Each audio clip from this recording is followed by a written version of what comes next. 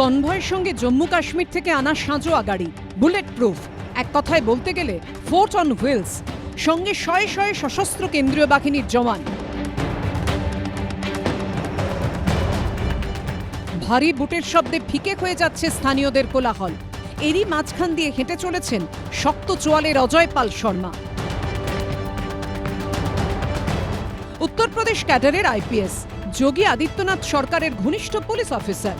কেউ বলেন encounter specialist, কেউ বলেন সিংহাম, অর্থাৎ পর্দার সেই অপরাধী নিকেশকারী পুলিশ অফিসার যার পক্ষে সবকিছু করা সম্ভব। সেই তিনিই এখন পশ্চিমবঙ্গের ভোটের সঙ্গে জুড়ে গেছেন। দ্বিতীয় দফার ভোটের আগে দক্ষিণ চব্বিশ পরগনার ফলতা যেন ফিল্মের সেট। কেন্দ্রবিন্দুতে দুটি নাম, দক্ষিণ চব্বিশ পরগনার পুলিশ অবজারভার অজয় পাল শর্মা আর ফলতার তৃণমূল প্রার্থী জাহাঙ্গীর খান। आसपास के जितने भी लोग हैं अच्छी तरह से समझ लें कि अगर किसी ने बदमाशी करी तो उनका कायदे से इलाज किया जाएगा। फिर উনি যদি নিজেকে সিংহ মনে করে সিনেমার আর্টিস্টে, আমরাও পুষ্পা, ঝুঁকেগা নেই। কয়েক ঘন্টা পরেই রাজ্য জুড়ে 142টি বিধানসভা কেন্দ্রে ভোট, কিন্তু সবচেয়ে বেশি নজর ফলতায়। সেখানে এখন সিংহাম বনাম পুষ্পা, পদে পদে মোচড়, মিনিটে মিনিটে নতুন মোড়।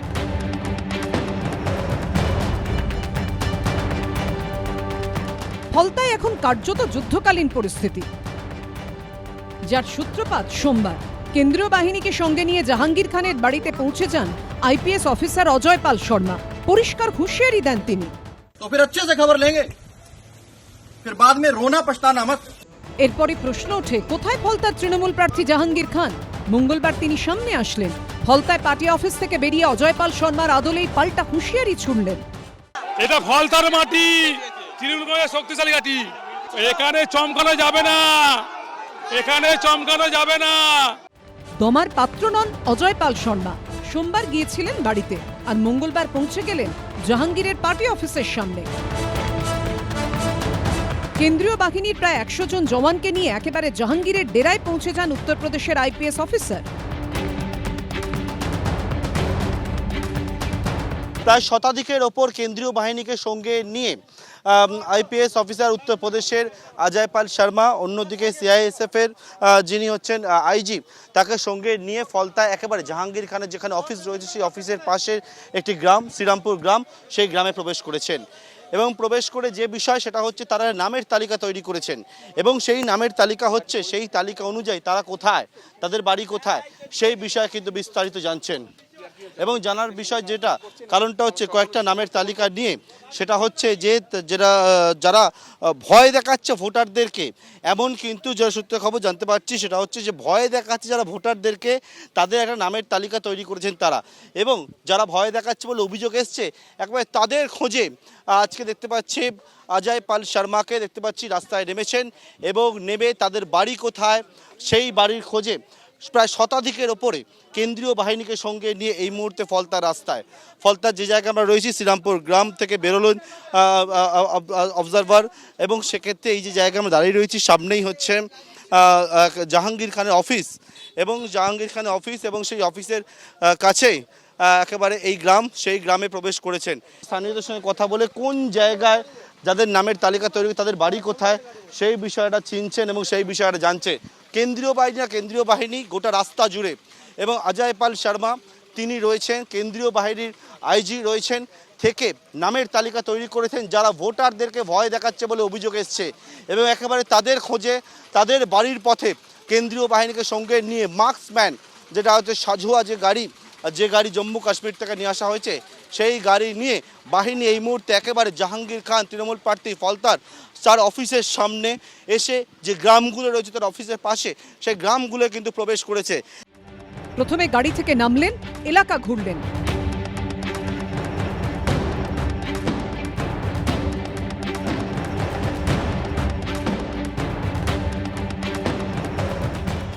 এরপর ফলতা বিধানসভারই পরবর্তী গন্তব্যে যাওয়ার জন্য যখন অজয় পাল শর্মা গাড়িতে উঠে বসলেন, তখনই বদলে গেল ছবি।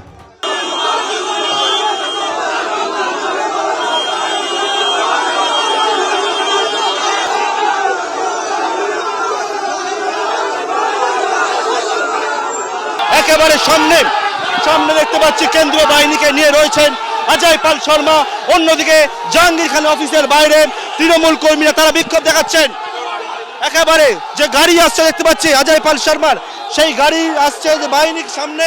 তৃণমূল কর্মীরা রাস্তায় নেমে পড়েছেন, নেমে পড়ে তীব্র বিক্ষোভে ফেটে পড়েছেন। তারা বলছেন মিথ্যে কথা বলা হচ্ছে বলে। অজয় শর্মা যদি দম থাকে একটা প্রমাণ দেখা, আমার নেতা কাউকে হুমকি দিয়েছে এটা প্রমাণ দেখা, ও যদি দম থাকে।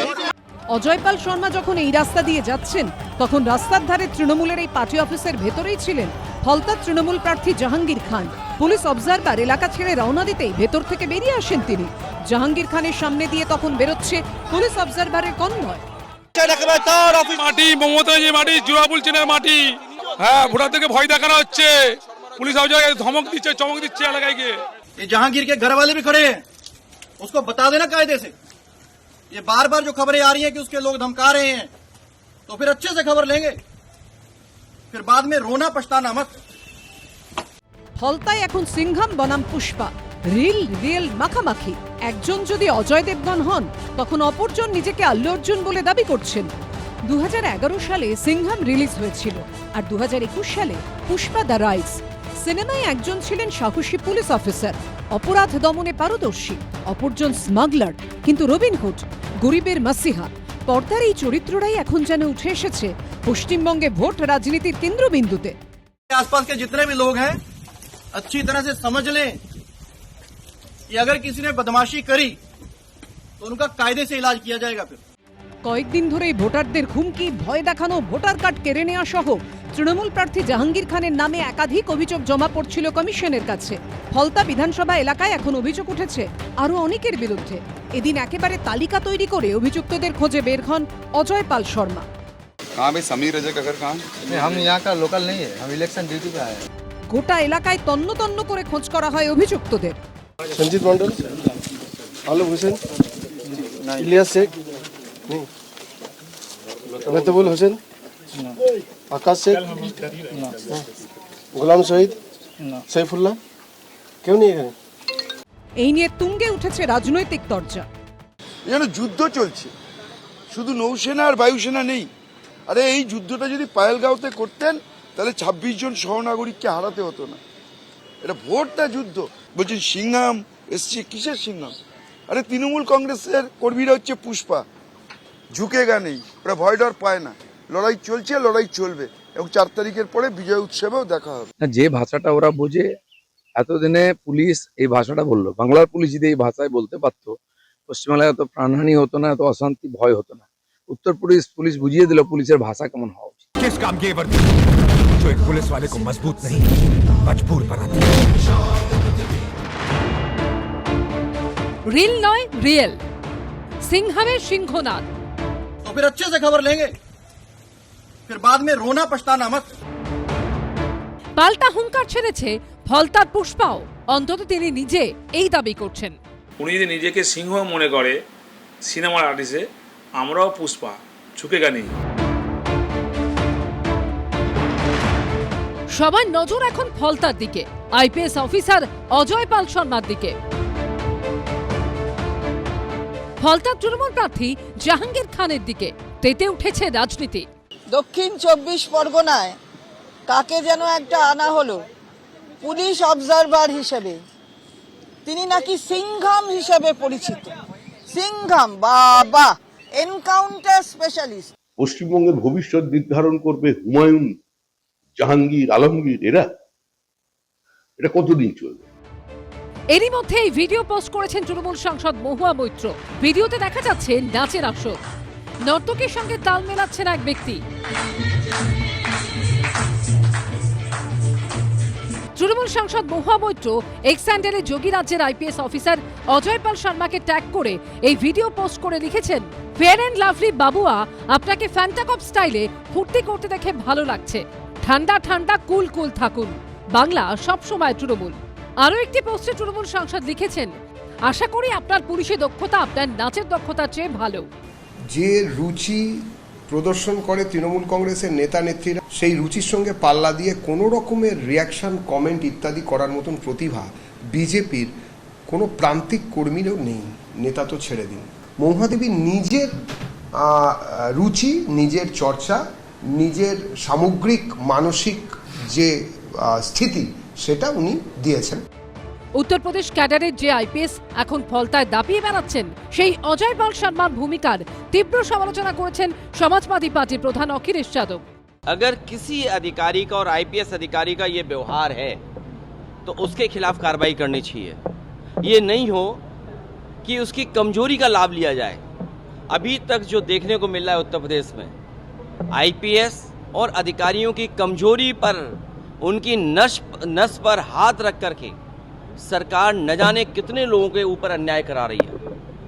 शायद ये वही अधिकारी हैं जिन्होंने बड़े पैमाने पर अन्याय किया लोगों के ऊपर। অখিলেশ যাদব নারী বন্দনা, নারী সম্মান, বিজেপির বিষয় নিয়ে কথা বলছেন, কে জানে।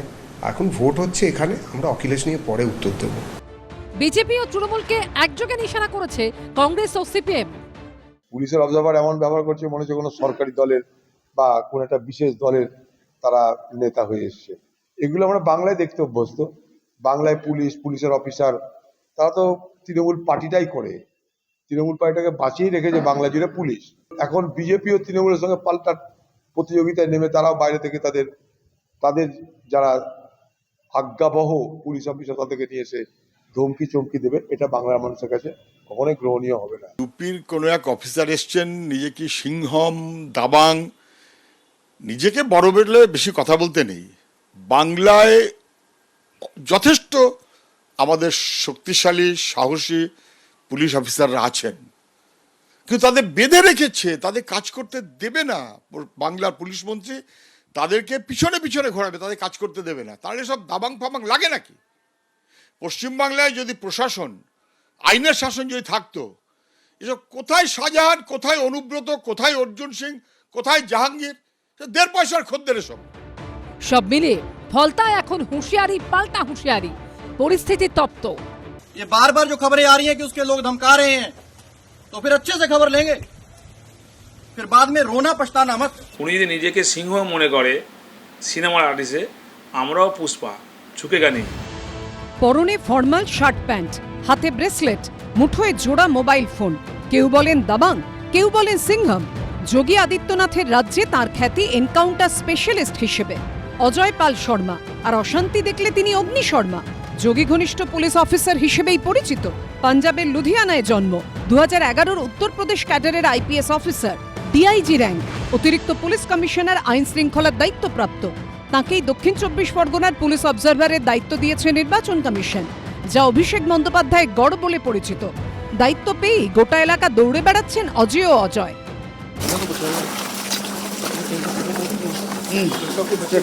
তপন মন্ডল, হ্যাঁ এখানে সঞ্জিত মন্ডল, আলু হোসেন। পশ্চিমবঙ্গে নির্বাচনে দায়িত্ব নেওয়ার পরেই অ্যাকশন মোডে উত্তরপ্রদেশের আইপিএস অজয় পাল শর্মা। সোমবার দিন পৌঁছে যান তৃণমূল প্রার্থীর বাড়িতে। তো মঙ্গলবার দিন দেখতে পাওয়া যায় প্রার্থীর অফিসের আশেপাশে যে গ্রাম রয়েছে, সেই গ্রামে যারা ভোটারদেরকে ভয় দেখাচ্ছে সেই তালিকা নিয়ে পৌঁছে যেতে। আইপিএস অফিসার হওয়ার আগে ছিলেন ডেন্টিস্ট। শোনা যায় তার পা যেখানে পড়ে সেখানে নাকি দাঁত ফোটাতে পারে না অপরাধীরা। इन आईपीएस ऑफिसर के बारे में ये कहा जाता है कि जहां जहां ये रहते हैं वो जगह अपराध के प्रति 0 टॉलरेंस की जगह हो जाती है, वहां अपराध की ना होती है। तो काफी तेज तरार आईपीएस मांगने ये जाते हैं। আবার তার বিরুদ্ধে একাধিক অভিযোগও আছে, বারবার বিতর্কেও জড়িয়েছেন। বিজেপির সঙ্গে তার ঘনিষ্ঠতার অভিযোগও বারবার উঠেছে। যে উত্তরপ্রদেশ ক্যাডারের অফিসার অজয়, সেখানকার প্রধান বিরোধী দল সমাজবাদী পার্টি। তার প্রধান অখিলেশ যাদব সমাজ মাধ্যমে পোস্ট করে লিখেছেন, পশ্চিমবঙ্গে বিজেপি পর্যবেক্ষকের ছদ্মবেশে এজেন্ট মোতায়েন করেছে, যা রামপুর ও সম্ভলে পরীক্ষিত। তবে এই কৌশল কোনো ফল দেবে না। দিদি এখানেই থাকবেন। যখন সঠিক সময় আসবে, বিজেপি ও তার সহযোগীদের এই এজেন্টদের সমস্ত অপরাধমূলক অপকর্মের পুঙ্খানুপুঙ্খ তদন্ত শুরু করা হবে এবং তারপরে কঠোর শাস্তিমূলক ব্যবস্থা নেওয়া হবে। আমরা তাদের পালাতে দেব না, আত্মগোপনও করতে দেব না। তারা যেখানেই লুকিয়ে থাকুক না কেন, তাদের খুঁজে বের করা হবে এবং তাদের জঘন্য কাজের জন্য আইন অনুযায়ী শাস্তির মুখোমুখি হতে হবে। গণতন্ত্রের অপরাধীদের রেহাই দেওয়া হবে না। এর বিরুদ্ধে কি কি অভিযোগ আছে আপনারা সবাই ইতিমধ্যেই জানেন এবং সমস্ত মানুষই জানেন যে মহিলাদের অভিযোগও এই অফিসারের বিরুদ্ধে আছে। উত্তরপ্রদেশ পুলিশ বুঝিয়ে দিল পুলিশের ভাষা কেমন হয়। 2018-তে রামপুরে 6 বছরের বাচ্চাকে ধর্ষণের ঘটনায় একটি এনকাউন্টারে প্রচারের আলোয় আসেন অজয় পাল শর্মা। সেই বছরই এসএসপি র্যাঙ্কে প্রমোশন। দক্ষতার সঙ্গে সামলেছেন সামলি, নয়ডা, জৌনপুর, রামপুরের দায়িত্ব। নামের সঙ্গে জড়িয়েছে এনকাউন্টার স্পেশালিস্ট শব্দবন্ধ। এখন তিনি পশ্চিমবঙ্গে রাজনীতির সঙ্গে জড়িয়ে গেছেন। आसपास के जितने भी लोग हैं अच्छी तरह से समझ लें कि अगर किसी ने बदमाशी करी तो उनका कायदे से इलाज किया जाएगा। फिर अगर कहीं से खबर आ गई कि किसी ने कोई खुराफात करने की, किसी को परेशान करने की कोशिश की है, तो फिर उसकी खबर फिर अच्छे से लेंगे हम। আমরা যুগ্ম গণদেবতার কাছে, কোনো দিল্লির পুলিশ বা বিজেপির দালালের কাছে আমরা মাথা নত করব না। কেন্দ্রে হোক কিংবা রাজ্যে রাজ্যে রাজনীতির সঙ্গে পুলিশের সম্পর্ক এবং বিতর্ক নতুন নয়। কখনো আইন মেনে কাজ করায় বদলি, কখনো শাসকের কথা শুনে কাজ করায় পুরস্কার। কেউ সৎ, কেউ অসৎ, বিতর্ক পিছু ছাড়ে না, ধোঁয়াশাও কখনো কাটে না। দেখুন, রাজ্যে বিধানসভার নির্বাচন চলছে এবং সে নির্বাচনটা পরিচালনা করছে নির্বাচন কমিশন, এবং নির্বাচন কমিশনকে যে ক্ষমতা দেওয়া হয়েছে সেই ক্ষমতা বলে তারা যেমন জেনারেল অবজারভার নিয়োগ করেন তেমনি পুলিশ অবজারভারও নিয়োগ করেন। তো একজন কাউকে তারা নিয়োগ করেছেন, তো তিনি যে কাজ করছেন সেইটার বিরুদ্ধে রাজ্যের শাসক দলের নেতারা তো হাইকোর্টে গিয়েছিলেন, কিন্তু হাইকোর্ট সেখানে হস্তক্ষেপ করেনি। অর্থাৎ নির্বাচন কমিশনের অবজারভার যে কাজ করছেন সেটার মধ্যে কোনো বেআইনি বা অন্যায় কাজ হাইকোর্ট দেখেনি, কারণ অন্যায় কিছু করলে হাইকোর্ট হস্তক্ষেপ করত। এখন আপনারা জানেন যে নির্বাচন মানেই একাধিক রাজনৈতিক দলের মধ্যে দ্বন্দ্ব। তো কোনো রাজনৈতিক দল যদি ভোটে রিগিং করতে চায় এবং কোনো অবজারভার যদি সেটা বন্ধ করতে চায়, তাহলে সে রাজনৈতিক দলের পক্ষে তো খুশি হওয়া সম্ভব নয়, ফলে তারা তার বিরুদ্ধে বলবেনই। কিন্তু তিনি কোনো অন্যায় কাজ করছেন কি না সেটা যেমন নির্বাচন কমিশন দেখবেন, তো এ রাজ্যের শাসক দল তো নির্বাচন কমিশনকে বাদ দিয়ে হাইকোর্টে গিয়েছেন।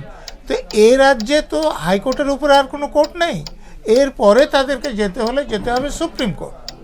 আমার মনে হয় এটা নির্বাচন কমিশনার যে ভূমিকা, তারা যে অবজারভার নিয়োগ করেছেন সে অবজারভার বেআইনি কাজ করলে কোর্ট তাদের বিরুদ্ধে রায় দিত। আমার ধারণা তারা যে কাজ করছে সেটা নির্বাচনকে অবাধ এবং সুষ্ঠু করার জন্য, অতএব সেখানে আদালত মনে করেনি যে হস্তক্ষেপ করা দরকার। অতএব এটা নিয়ে অযথা বিতর্কের আর কোনো সুযোগ নেই। অবজারভারের কাজ হচ্ছে যাতে নির্বাচনটা অবাধ হয়, সুষ্ঠু হয়, ভোটাররা নির্বিঘ্নে তাদের পছন্দ মতো প্রার্থীকে ভোট দিতে পারেন, নিরাপদে ফিরে গিয়ে বাড়িতে থাকতে পারেন। তো এই অবস্থায় নির্বাচন কমিশন সমীক্ষা করে যে কিছু কিছু অপরাধী যারা বেআইনি কাজকর্ম করেন, যাদের কাছে অস্ত্র আছে, তাদের তালিকা করে যে এদের ধরতে হবে, এরা যাতে অপরাধ না করতে পারে। তো পুলিশ অবজারভার হিসেবে তিনি তো সেই অপরাধী কোথায় আছেন তার খোঁজ করতেই পারেন, এবং যদি তাকে পান তার বিরুদ্ধে ব্যবস্থা নিতে পারেন, এবং তিনি যাতে কোনো রকম ঝামেলা নির্বাচনের দিন সৃষ্টি না করতে পারেন সেটা দেখার অধিকার তো তার আছে। তো যারা রিগিং করে জিততে চান তারা যদি এতে অসন্তুষ্ট হন, কিছু করার নেই। ये बार बार जो खबरें आ रही हैं कि उसके लोग धमका रहे हैं, तो फिर अच्छे से खबर लेंगे, फिर बाद में रोना पछताना मत। এটা আমরা ইলেকশন কমিশন যেটা রুলস আছে, নিয়ম আছে, যে একজন পুলিশ অবজারভার এক্সিকিউটিভ অফিসার উনি পারেন না যে সশরীরে কোথাও উপস্থিত থেকে কাউকে ধমক চমক দেওয়া। ওনার যদি কিছু বলার থাকে লোকাল এসপিকে জানাবে, লোকাল থানাকে জানাবে, তাদের মারফতে কিছু করা। যোগী আদিত্যনাথের রাজ্যের এনকাউন্টার স্পেশালিস্ট এখন দক্ষিণ চব্বিশ পরগনার দায়িত্বপ্রাপ্ত পুলিশ অবজারভার। ভোটের আগে ফলতা তৃণমূল প্রার্থী জাহাঙ্গীর খানের বাড়িতে গিয়ে হুঁশিয়ারি দিতে দেখা গেছে উত্তরপ্রদেশ ক্যাডারের আইপিএস অফিসার অজয় পাল শর্মাকে। এই পরিস্থিতিতে তার বিরুদ্ধে প্রার্থী ও ভোটারদের হুমকির অভিযোগ তুলে কলকাতা হাইকোর্টের দ্বারস্থ হয়েছিলেন এক আইনজীবী। যদিও সেই মামলায় কোনো হস্তক্ষেপই করলেন না বিচারপতি কৃষ্ণা রাও। রাজ্যে দ্বিতীয় দফা ভোটের আগের দিন দক্ষিণ চব্বিশ পরগনার পুলিশ পর্যবেক্ষক অজয় পাল শর্মার বিরুদ্ধে একাধিক অভিযোগ তুলে হাইকোর্টের দৃষ্টি আকর্ষণ করেন ওই আইনজীবী। তার অভিযোগ, নির্বাচন কমিশন নিযুক্ত পুলিশ পর্যবেক্ষক ভোটার ও প্রার্থীকে হুমকি দিচ্ছেন, সাধারণ মানুষকে ভয় দেখাচ্ছেন। তাকে আটকানোর আবেদন জানান আইনজীবী। কি করে যে একটা অবজারভার যে ওই যে কি নিজেকে সিঙ্গম বলে নাকি বলে এনকাউন্টার স্পেশালিস্ট উত্তরপ্রদেশের, সে কি করে থ্রেট করে, ভোটারদের কি করে ইন্টিমিডেট করে, ওর বিরুদ্ধে তো ক্রিমিনাল কেস হওয়া উচিত। বিচারপতি কৃষ্ণা রাও জানান, 29 এপ্রিল অর্থাৎ দ্বিতীয় দফার ভোট গ্রহণ পর্যন্ত আদালত এ ব্যাপারে কোনো হস্তক্ষেপ করবে না। যারা নির্বাচনের দায়িত্বে আছেন তাদের কারো কাজে হস্তক্ষেপ করা হবে না। প্রয়োজনে নির্বাচন কমিশনের কাছে অভিযোগ জানানোর কথা বলেন বিচারপতি। এইসব মামলা ঢোপে টেকে কে মামলা করছে আর কার বিরুদ্ধে মামলা করছে? যারা 15 বছর ধরে বাংলার মানুষের উপর অত্যাচার করেছে, সাধারণ মানুষ তো ছেড়ে দিন, যারা সুপ্রিম কোর্টের দ্বারা নিয়োজিত জজেদের অবধি যারা ছাড়েনি বিনা কারণে অনেকটা সময় ধরে, যারা কিনা তাদেরকে কার্যত পণবন্দি করে রেখেছিল এবং তারপরেও গাড়িতে ইঁট মেরে গাড়ির কাঁচ ভেঙে দেয়, রাস্তায় আক্রমণের চেষ্টা করে, পথ অবরোধের চেষ্টা করে, তাদের এসব মামলা, তাদের করা মামলা। হাইকোর্টও বোকা তো আর নন, ঠিক বলেছেন, মহামান্য হাইকোর্ট উত্তর দিয়েছেন। এই প্রেক্ষাপটে রাজ্যপালের বিরুদ্ধেও চাঞ্চল্যকর মন্তব্য করেন তৃণমূলের আইনজীবী সাংসদ। সবাই মিলে একটা রণক্ষেত্র তৈরি করছে যাতে বিজেপির ভোটার ছাড়া আর কেউ ভোট না দিতে পারে। এবং আজকে ইলেকশন কমিশনের কাউন্সিল কোর্টে বলল যে গভর্নরের house is the control room of that everything. তাহলে গভর্নর ইলেকশনটাকে পরিচালনা করছে, বিজেপির হয়ে গভর্নর ইলেকশন পরিচালনা করছে। কল্যাণবাবুর সমস্ত মন্তব্যের উত্তর দেওয়ার মতন প্রতিভা বিজেপির কোনো কর্মীর নেই। রাজনৈতিক কর্মী হিসেবে এই ক্ষমতা আমাদের নেই যে কল্যাণবাবুর এই সব মন্তব্যের আমরা উত্তর দিতে পারি। তবে উনি ওনার এই ধরনের মন্তব্য, যা কিনা মানুষের শুধু হাসির উদ্রেক করে এবং জজেদের কাছে যায়, যেসব মন্তব্যের কোনো দাম নেই, মানুষ সেই সব মন্তব্যকে পাত্তা দেয় না, এই ধরনের মন্তব্য উনি বরাবরই করেন। সকালে বলেছেন না বিকেলে বলেছেন, লোকে এমনিতেই জিজ্ঞেস করেন। এবারে আরও জিনিসটা হাস্যাস্পদ হচ্ছে এবং ওনার বক্তব্যের কোনো গ্রহণযোগ্যতা নেই। এদিকে দিকে দিকে তৃণমূল কর্মীদের পুলিশি ধরপাকড়ের অভিযোগে কল্যাণ বন্দ্যোপাধ্যায় হাইকোর্টে যে মামলা করেছিলেন, মঙ্গলবার ছিল তার শুনানি। বিচারপতি অরিজিৎ বন্দ্যোপাধ্যায় ও বিচারপতি পার্থসারথী সেনের ডিভিশন বেঞ্চে হয় সওয়াল জবাব। এদিন আদালতে নির্বাচন কমিশনের তরফে বলা হয়, সোমবার অর্থাৎ 27 এপ্রিল এবং তার আগে প্রায় 800 জন ট্রাভেল মেকার্স বা সমস্যা সৃষ্টিকারীকে নিয়ে যে বিজ্ঞপ্তি জারি করা হয়েছিল তা ইতিমধ্যেই প্রত্যাহার করা হয়েছে। তখন আইনজীবী কল্যাণ বন্দ্যোপাধ্যায় বলেন, বিজ্ঞপ্তি প্রত্যাহার করা হয়েছে, কিন্তু কমিশনের মানসিকতার কি পরিবর্তন হয়েছে? এই কমিশন কিভাবে দাবি করে যে তারা অবাধ ও সুষ্ঠু নির্বাচন করছে? কল্যাণ বন্দ্যোপাধ্যায় আরও বলেন, ভবানীপুর বিধানসভাকে টার্গেট করে কাজ করছে নির্বাচন কমিশন এবং পুলিশ পর্যবেক্ষক। তখন বিচারপতি পার্থসারথী সেন প্রশ্ন করেন, বিজ্ঞপ্তি তো প্রত্যাহার হয়ে গেছে, এখন আদালতের কাছে কি চাইছেন? তখন কল্যাণ বন্দ্যোপাধ্যায় বলেন, পুলিশের তৈরি করা ভয়ের পরিবেশে মানুষ ভোট দেবেন? তিনি আরও বলেন, কালকে কালীঘাট থানার ওসি আমার সঙ্গে দুর্ব্যবহার করেছেন। আমি 4 বারের নির্বাচিত সাংসদ, আমি পরিচিত আইনজীবী, প্রোটোকল অনুযায়ী আমাকে দেখে দাঁড়িয়ে কথা বলা উচিত। তিনি চেয়ারে বসে আমাকে জিজ্ঞেস করছেন যে কেন এসেছেন এখানে, আর 3-4 মিনিট ওখানে থাকলে আমাকে হয়তো মারা হতো। কাল রাত 9টায় ফিরহাদ হাকিমের বাড়িতে গিয়েছিল সিআরপিএফ। অজয় পাল শর্মা বলছেন, আমি সিংহাম, আমি এনকাউন্টার স্পেশালিস্ট। এটা নির্বাচন? পাশাপাশি গোঘাটে তৃণমূল সাংসদ মিতালি বাগের গাড়িতে ভাঙচুর হামলার প্রসঙ্গ তুলে ধরেন কল্যাণ বন্দ্যোপাধ্যায়। বলেন, মিতালি বাগকে আক্রমণ করা হয়েছে, এখানকার সব অফিসার বদলে দিয়ে বিজেপি শাসিত রাজ্য থেকে অফিসার নিয়ে আসা হয়েছে। কি এসওপি মেনে এরা কাজ করছে দেখুন, এটা কোনো এসওপি? শ্রীরামপুরের বিজেপি প্রার্থীকে সোমবার রাতে লক্ষ লক্ষ টাকা সমেত গ্রামবাসীরা ধরেছেন, তাকে গ্রেফতার করা হলো না। অবাধ নির্বাচন হবে? আমরা কতটা দুর্ভাগা! পুলিশ পর্যবেক্ষকরা প্রার্থী, ভোটার ও সমর্থকদের হুমকি দিচ্ছেন। আইনের বাইরে গিয়ে কেউ কাজ করতে পারেন না, কাউকে ডাকতে হলে নোটিশ দিয়ে ডাকুন। আগামী 29 তারিখ পর্যন্ত কাউকে যেন ডাকা না হয়, আর অজয় পাল শর্মা যেন ভোটারদের কাছে না যান। এই যে অবজারভাররা, পুলিশ অবজারভাররা, they are acting beyond the ল।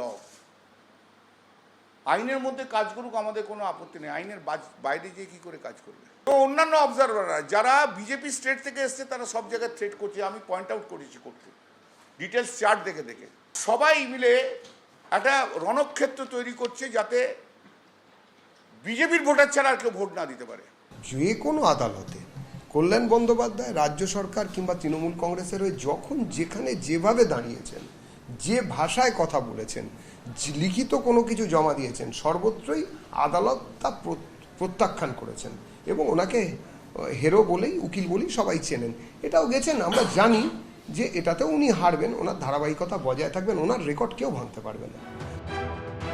দিকে দিকে পুলিশি ধরপাকড়ের অভিযোগে আদালতের দ্বারস্থ হয়েছিলেন কল্যাণ বন্দ্যোপাধ্যায়। নির্বাচন কমিশনের বিরুদ্ধে আদালত অবমাননার অভিযোগ তোলেন তিনি দাবি করেন আদালতের নির্দেশের পরও ফের প্রায় 3000 জনের নামের তালিকা প্রকাশ করে পদক্ষেপ নিতে বলে নির্বাচন কমিশন। মামলায় দাবি করা হয় 3000 জনই তৃণমূল কর্মী। মঙ্গলবার এই মামলায় রাজ্য সরকারের তরফে আদালতে বলা হয় রাজ্যের নির্বাচিত সব সচিব, মুখ্য সচিব, স্বরাষ্ট্র সচিবকে বদলে দেওয়া হয়েছে, আইপিএস অফিসারদের বদলে দেওয়া হয়েছে। আইন শৃঙ্খলা রাজ্য সরকারের এখতিয়ারভুক্ত বিষয়। জাতীয় নির্বাচন কমিশনকে আদালতে জানাতে হবে যে তারা প্রিভেন্টিভ ডিটেনশন নিয়ে ভবিষ্যতে এই ধরনের বিজ্ঞপ্তি আর জারি করবে না। কেউ অপরাধ করলে বা অপরাধ করার পূর্ব ইতিহাস থাকলে সেটা আলাদা ব্যাপার। তখন নির্বাচন কমিশনের আইনজীবী জিষ্ণু চৌধুরী বলেন, আইন মেনে কোনো ব্যক্তির বিরুদ্ধে পদক্ষেপ করতে আমাদের আদালত বারণ করেনি। যাদের নাম এখানে আছে তাদের বিরুদ্ধে একাধিক অভিযোগ আমাদের কাছে আছে। আদালত চাইলে আমরা পেশ করব। শুনানি শেষে রায়দান স্থগিত রাখে আদালত। নজিরবিহীন ভোটে কার্যত নজিরবিহীন ব্যবস্থা করেছে নির্বাচন কমিশন। ভোটের মুখে সক্রিয় একাধিক কেন্দ্রীয় এজেন্সিও, ইডি থেকে ইনকাম ট্যাক্স। আর এবার দ্বিতীয় শেষ দফা নির্বাচনের আগে রাজ্যে সক্রিয় হলো কেন্দ্রীয় স্বরাষ্ট্র মন্ত্রকের অধীনস্থ ন্যাশনাল ইনভেস্টিগেশন এজেন্সি বা এনআইএ। নাশকতা, সন্ত্রাসবাদী হামলা বা দেশের নিরাপত্তার ঝুঁকি রয়েছে এমন ক্ষেত্রে তদন্তের ভার যে সংস্থার হাতে, সেই এনআইএকে এবার নামানো হলো ভোটের মধ্যে। নির্বাচন অবাধ ও শান্তিপূর্ণ করার জন্য বিভিন্ন স্পর্শকাতর এলাকাতে এনআইএর দল বোমা যেখানে যেখানে উদ্ধার হয়েছে বা বোমাবাজির ঘটনা সেখানে সম্প্রতিকালে ঘটেছে, সেই জায়গাগুলোতে যাতে কোনোভাবেই এই ধরনের বোমার দাপাদাপি বোমা নিয়ে কেউ দাপাদাপি না করতে পারে এবং অবাধ ও শান্তিপূর্ণ নির্বাচন হয়, সাধারণ ভোটাররা যাতে কোনো রকমভাবে ভোট দিতে গিয়ে ভয়ভীতির শিকার না হন, সেই জন্যই নির্বাচন কমিশনের যে নির্দেশ, সেই নির্দেশ মেনেই এনআইএর দল বিভিন্ন দলে ভাগ হয়ে বিভিন্ন অঞ্চলে যেখানে যেখানে আগামীকাল এই দ্বিতীয় দফার নির্বাচন হবে। বুধবার 7 জেলার 142 বিধানসভা আসনে ভোট গ্রহণ হবে। এরই মধ্যে কার্যত সব জেলায় ইতিমধ্যে পৌঁছে গেছে এনআইএর টিম। একাধিক জায়গায় থানায় গিয়ে পুলিশের সঙ্গে কথাও বলেছেন তদন্তকারীরা, যার প্রথমেই নাম রয়েছে দক্ষিণ 24 পরগনার ভাঙড়ের। এছাড়া ডায়মন্ড হারবার পুলিশ জেলার বিষ্ণুপুর থেকে শুরু করে কলকাতার কসবা, আনন্দপুর, উত্তর 24 পরগনার ভাটপাড়া, জগদ্দলের মতো এলাকা, নদিয়া, হুগলি ও পূর্ব বর্ধমানের খাগড়াগড় সহ জায়গায় কড়া নজরদারি শুরু করেছে এনআইএ। এখানে যেখানে নির্বাচন হচ্ছে, বিশেষ করে পূর্ব বর্ধমান, ভাঙড় অর্থাৎ দক্ষিণ 24 পরগনার ভাঙড়, ডায়মন্ড হারবার, বারুইপুর, এছাড়াও কলকাতার কসবা, এই অঞ্চলগুলোতে তো রয়েছেই, তার সাথে সাথে নদিয়া, ব্যারাকপুর কমিশনারেটের অন্তর্গত ভাটপাড়া, জগদ্দল, এই জায়গাতেও এনআইএর টিম। চলতি বছরের 18ই মার্চ ভাঙড়ের চালতাবেরিয়ার পশ্চিম বামুনিয়া গ্রামে ভয়াবহ বিস্ফোরণ হয়।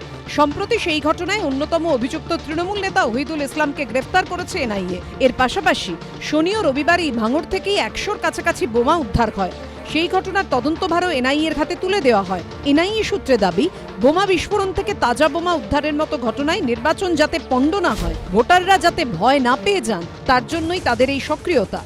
তাদের যে এই বিভিন্ন জায়গায় যাওয়ার পেছনে কারণ মূলত তিনটি। প্রথমত, যে জায়গাতে বোমা বাজির ঘটনা নির্বাচনের আগে ঘটেছে বা যে জায়গাতে বোমা উদ্ধারের ঘটনা ঘটেছে নির্বাচনের কিছুদিন আগে, সেই বিষয়গুলো কি ঘটেছে সেগুলো জানার জন্য এবং কি ধরনের বোমা, এর পেছনে কারা কারা ছিল, তারা গ্রেপ্তার হয়েছিল কিনা বা হয়েছে, বর্তমানে তাদের স্ট্যাটাস কি, এই সমস্ত বিষয় তারা জানার চেষ্টা চালাচ্ছেন। নির্বাচন কমিশনের তরফ থেকে এনআইএকে সম্প্রতিকালে ভাঙড়ে যে 79টি বোমা উদ্ধারের ঘটনা উত্তর কাশীপুর থানার, সেই ঘটনার পরিপ্রেক্ষিতে তদন্ত নিতে বলা হয়েছে এবং সেই অনুযায়ী এমএইচের নির্দেশে তারা সেই তদন্ত নিয়েছেন। নির্বাচনের কয়েকদিন আগেও আমরা জানি যে ভাঙড়েই সেখানে কিন্তু বোমা বিস্ফোরণের ঘটনা একজনের মৃত্যু হয়েছিল, সেই ঘটনারও তদন্ত তারা করছেন। এই বোমা আসছে কোথা থেকে, যাতে নির্বাচনের দিন অর্থাৎ আগামীকাল যাতে কোনোভাবে বোমা বাজি বা বোমার মারার ভয় বা হুমকি, এই ধরনের ঘটনা যাতে না ঘটে, সেটা নিশ্চিত করার জন্যই পুলিশের সঙ্গে কোঅর্ডিনেশন এবং তার সাথে সাথে বিভিন্ন জায়গাতে এনআইএর টিম থাকবে, সেটাই জানা যাচ্ছে এনআইএ সূত্র থেকে। এদিন সকালে প্রথমে বারুইপুর পুলিশ জেলায় বৈঠক করে এনআইএর টিম, তারপরে পৌঁছে যায় কসবায়। নির্বাচনের আগে জেলার সঙ্গে সঙ্গে কলকাতাতেও, খাস কলকাতাতেও এনআইএর দল তারা কিন্তু সক্রিয়। দেখা যাচ্ছে কসবা থানার সামনে এনআইএর দল তারা এসে পৌঁছেছেন এবং এনআইএর দলের যারা আধিকারিকরা, ডিএসপি র্যাঙ্কের অফিসার সহ অন্যান্য অফিসাররা তারা কিন্তু কসবা থানায় স্পর্শকাতর অঞ্চলগুলো, কলকাতা থেকে আরম্ভ করে জেলার যে জায়গাগুলো রয়েছে সেই জায়গাগুলোতে যাতে কোনো রকমভাবে ভোটে যারা নির্বাচনে যারা অংশগ্রহণ করতে যাবেন, অর্থাৎ ভোটাররা, তারা যাতে কোনোভাবে ভয় না পান, কোনোভাবে বোমার প্রয়োগ যাতে না হয়। যদি কোনো বোমা উদ্ধারের ঘটনা ঘটেও থাকে তাহলে সেই ক্ষেত্রে কী ধরনের বোমা, কারা এর পেছনে, এই সমস্ত তথ্য জানতে সক্রিয় রয়েছে এনআইএ। সরাসরি আমরা দেখছি যে এনআইএর দল তারা কসবা থানার ভেতরে তারা কিন্তু ইতিমধ্যে গিয়েছেন। কসবা থেকে এদিন গুলশান কলোনি ও তারপর তিলজলাতেও যায় এনআইএ টিম। আল্লাহর রাজার হাঁকাহাঁকি, সর্বশক্তি দিয়ে রাষ্ট্রশক্তির অপব্যবহার হচ্ছে এই বাংলার ভোটে। যতগুলো কেন্দ্রীয় বাহিনী, কেন্দ্রীয় এজেন্সি, এগুলো যদি কাশ্মীর সীমান্তে থাকতো তাহলে পর্যটকরা মারা যেতেন না, পুলওয়ামায় থাকলে সেনা মারা যেত না, উরিতে থাকলে সেনা মারা যেত না, মণিপুরে থাকলে আগুন জ্বলছে, মহিলারা নির্যাতিত হচ্ছেন, রোজ খুন। এইখানে সমস্ত রকম সেনা, আধা সেনা, সাজোয়া গাড়ি, সিবিআই, ইডি, এনআইএ, সেনাবাহিনী, বিএসএফ, এদের সমস্ত রকম আয়োজন, এর থেকেই বোঝা যাচ্ছে যে এরা হেরে বসে আছে, মানুষের সঙ্গে কোনো সম্পর্ক নেই। সেই কারণেই এবার এনআইএ কেও যোগ করছে। আমরা তো আশা করবই যে ছবি বদলানো উচিত, নির্বাচন কমিশন যেসব আশ্বাস দিয়েছেন সেগুলো কার্যকরী হবে। কাশ্মীরের সঙ্গে আমাদের অবস্থার খুব একটা পার্থক্য নেই, শুধু ওখানে ডাল লেক আছে, এখানে ডাল লেক নেই। এখানে কালীঘাট মন্দির আছে, সেটা আবার কাশ্মীরে নেই। কিন্তু ঘটনা হচ্ছে যে সব জায়গাতেই এই একই পরিস্থিতি। আমরা 80-র দশক থেকে বলে এসেছি যে বিপুল পরিমাণে বাংলাদেশ থেকে অনুপ্রবেশকারী মুসলমানরা এসে ঢুকে পড়েছে এবং এখানকার জনবিন্যাস পরিবর্তিত হয়ে গেছে এবং তার ফলে মানুষ, তাদের সাধারণ বাঙালিরা, তারা তাদের সমস্ত কিছু, বিশেষ করে গণতান্ত্রিক অধিকার তাদের বাজেয়াপ্ত করেছে তৃণমূল কংগ্রেস সবার শেষে গত 15 বছর ধরে। এটা বন্ধ হওয়া দরকার, নইলে কাশ্মীরের থেকেও খারাপ পরিস্থিতি হবে। এদিন পূর্ব বর্ধমানের খাগড়াগড় ও উত্তর 24 পরগনার জগদ্দলেও যায় এনআইএর টিম। আর কয়েক ঘন্টা পর রাজ্যে শেষ দফার ভোট। তার আগে পুলিশ পর্যবেক্ষক, জেনারেল অবজারভার, কেন্দ্রীয় বাহিনী, রাজ্য পুলিশ, এনআইএ থেকে শুরু করে সক্রিয় এনফোর্সমেন্ট ডিরেক্টরেটও কোটি কোটি টাকা আর্থিক তছরুপের অভিযোগে 1 এপ্রিল একই সঙ্গে বালিগঞ্জে ব্যবসায়ী বিশ্বজিৎ পোদ্দার ওরফে সোনাপাপ্পুর বাড়ি, বালিগঞ্জে সান এন্টারপ্রাইজের অফিস এবং বেহারায় ওই সংস্থার এমডি জয়েস কামদারের বাড়ি সহ 10 জায়গায় তল্লাশি চালায় ইডি। গ্রেফতার করা হয় ব্যবসায়ী কামদারকে। পুলিশ কর্তাদের সঙ্গে তার ঘনিষ্ঠ যোগসূত্র রয়েছে বলে আদালতে দাবি করে ইডি। মঙ্গলবার ধৃত ব্যবসায়ীকে ফের আদালতে পেশ করা হয়। ব্যবসায়ী জামিনের বিরোধিতা করে ইডির আইনজীবী দাবি করেন তিনি অত্যন্ত প্রভাবশালী, জামিন পেলে তথ্য প্রমাণ নষ্ট করতে পারেন। কোটি কোটি টাকা নয়-ছয়ের প্রমাণ মিলেছে বলে আদালতে জানায় কেন্দ্রীয় এজেন্সি। ইডির আইনজীবী জানান ব্যাংকে একাধিক অ্যাকাউন্ট খুলে প্রচুর টাকা মালয়েশিয়া, দুবাই, ইউকেতে পাঠানো হয়েছে। বেছে বেছে টার্গেট করা হতো কলকাতার প্রবীণ বাসিন্দাদের। তাদের জমি দখল করে থানায় ডেকে হুমকি দেয়া হতো। পুলিশ কর্তা থেকে শুরু করে রাজনৈতিক প্রভাবও রয়েছে ধৃত ব্যবসায়ী। পাশাপাশি জমি দখলের সিন্ডিকেটের সঙ্গেও যোগসাজশ রয়েছে। ইডির তরফে আদালতে জানানো হয় 220টি ব্যাংক অ্যাকাউন্টের হদিশ মিলেছে, যার মাধ্যমে 1100 কোটি টাকা নয়-ছয় করা হয়েছে। সোনাপাপ্পু মামলায় গ্রেফতার জয়েশ কামদার, তার হাত ধরে একাধিক পলিটিশিয়ান এবং পুলিশ কর্মীদের কাছে পৌঁছে গিয়েছিল বিপুল অঙ্কের টাকা। এমনই বিস্ফোরক অভিযোগ আজকে কোর্টে দাঁড়িয়ে ইডির আইনজীবীর তরফে করা হয় এবং ইডির আইনজীবী তিনি সওয়াল করেন যে সময় জয়েশ কামদারকে কোর্টে তোলা হয় এবং শুনানি চলছিল, তখন ইডির আইনজীবীর তরফে সওয়াল করা হয় যে 200টি ব্যাংক অ্যাকাউন্টের হদিশ তারা পেয়েছেন এবং সেই অ্যাকাউন্টের মাধ্যমে প্রায় 1100 কোটি টাকার লেনদেন হয়েছে এবং তার মধ্যে 500 কোটি টাকা নগদ টাকা জমা পড়েছে। এবং শুধু এই দেশে নয়, মালয়েশিয়া, ইউকে এবং দুবাই, এই 3টে বিদেশে বাইরে দেশে কিন্তু টাকা পাচার করা হয়েছে, পাঠানো হয়েছে। এবং এমনই একাধিক বিস্ফোরক দাবি করা হয় ইডির আইনজীবীর তরফে। ইডির আইনজীবী দাবি করেন যে যে ডায়েরি পাওয়া গেছে জয়েশ কামদারের বাড়িতে যখন তল্লাশি অভিযান চালানো হয়, তার অফিসে তল্লাশি অভিযান চালানো হয়, সেখান থেকে একটি ডায়েরি পাওয়া গেছে এবং সেই ডায়েরির সূত্র ধরেই কিন্তু একাধিক টাকার লেনদেন হিসেবে পাওয়া গেছে। এমনকি হোয়াটসঅ্যাপের যে চ্যাট, সেই চ্যাটেও কিন্তু লেনদেনের তথ্য রয়েছে। এমনকি ইডির আইনজীবীর তরফে দাবি করা হয় যে বিপুল অঙ্কের টাকা শুধুমাত্র পলিটিশিয়ান বা পুলিশ অফিসারদের কাছে পৌঁছে যায়নি, আরও একাধিক জায়গায় নগদ টাকা পৌঁছে গেছিল। এবং যেটা ইডির তরফে দাবি করা হচ্ছে, যেমন 200টি অ্যাকাউন্ট তারা কিন্তু তথ্য পেয়েছেন, যেটা সামনে রেখে তারা তদন্ত চালিয়ে যাচ্ছেন এবং ইডির তরফে জয়েশ কামদারকে আরও 5 দিনের জন্য ইডি কাস্টাডিতে নেওয়ার আবেদন জানানো হয়। এবং ইডির তরফে দাবি করা হয় যে এই মুহূর্তে যদি জয়েশ কামদারকে জামিন দিয়ে দেওয়া হয় তাহলে কিন্তু এভিডেন্স ট্যাম্পার হবে, তদন্ত প্রভাবিত হবে এবং সঠিক পথে ইডি কিন্তু তদন্ত করতে পারবে না। অতএব 5 দিনের ইডি কাস্টাডির আবেদন ইডি তরফে জানানো হয় এবং জয়েশ কামদারের আইনজীবী তিনি কিন্তু আজকে সওয়ালে কোর্টে দাঁড়িয়ে সওয়াল করেন যে তার বিরুদ্ধে, অর্থাৎ জয়েশ কামদারের বিরুদ্ধে যে সমস্ত অভিযোগ ইডির তরফে আনা হচ্ছে তার কোনো ভিত্তি নেই, অর্থাৎ ভিত্তিহীন অভিযোগ আনা হচ্ছে। একাধিক অভিযোগ সামনে রেখেই কিন্তু আজকে কোর্টের নির্দেশ, জয়েশ কামদার আবার ইডির কাস্টাডির নির্দেশ হলো এবং আগামী দিনে তার কাছ থেকে আর কি তথ্য বেরিয়ে আসলো সেটাই কিন্তু এখন দেখার বিষয়। এর আগে আদালতে রিপোর্ট দিয়ে ইডি দাবি করে কলকাতা পুলিশের ডেপুটি কমিশনার শান্তনু সিনহা বিশ্বাসের সঙ্গে ঘনিষ্ঠ যোগাযোগ রয়েছে ব্যবসায়ী কামদারের, আর সেই সূত্রে পুলিশে ব্যাপক প্রভাব ছিল ওই ব্যবসায়ী। 1 এপ্রিলের তল্লাশিতে জানা যায় জয়েশ কামদার নিয়মিত পুলিশ অফিসারদের উপহার পাঠাতেন। ইডির দাবি, অফিসে তল্লাশিতে জয়েশ কামদারের এক কর্মীর একটি ডায়েরি বাজেয়াপ্ত হয়, যেখান থেকে অনেককে উপহার পাঠানোর কথা জানা গেছে। আদালতে ইডি আরও জানায় নিজের প্রভাব খাটিয়ে জয়েশ কামদারকে জমি দখলে সাহায্য করতেন শান্তনু সিনহা বিশ্বাস। সম্প্রতি পুলিশ কর্তার বাড়িসহ জোড়ার ঠিকানায় প্রায় 21 ঘন্টা তল্লাশি চালায় ইডি। তার ছেলের শিক্ষা প্রতিষ্ঠানেও যান কেন্দ্রীয় তদন্তকারীরা। এরপর বাবা ও ছেলেকে তলব করা হলেও তারা হাজিরা দেননি। দ্বিতীয় দফার ভোটের আগের দিন মঙ্গলবার ফের তলব করা হয় কলকাতা পুলিশের ডেপুটি কমিশনার শান্তনু সিনহা বিশ্বাসকে।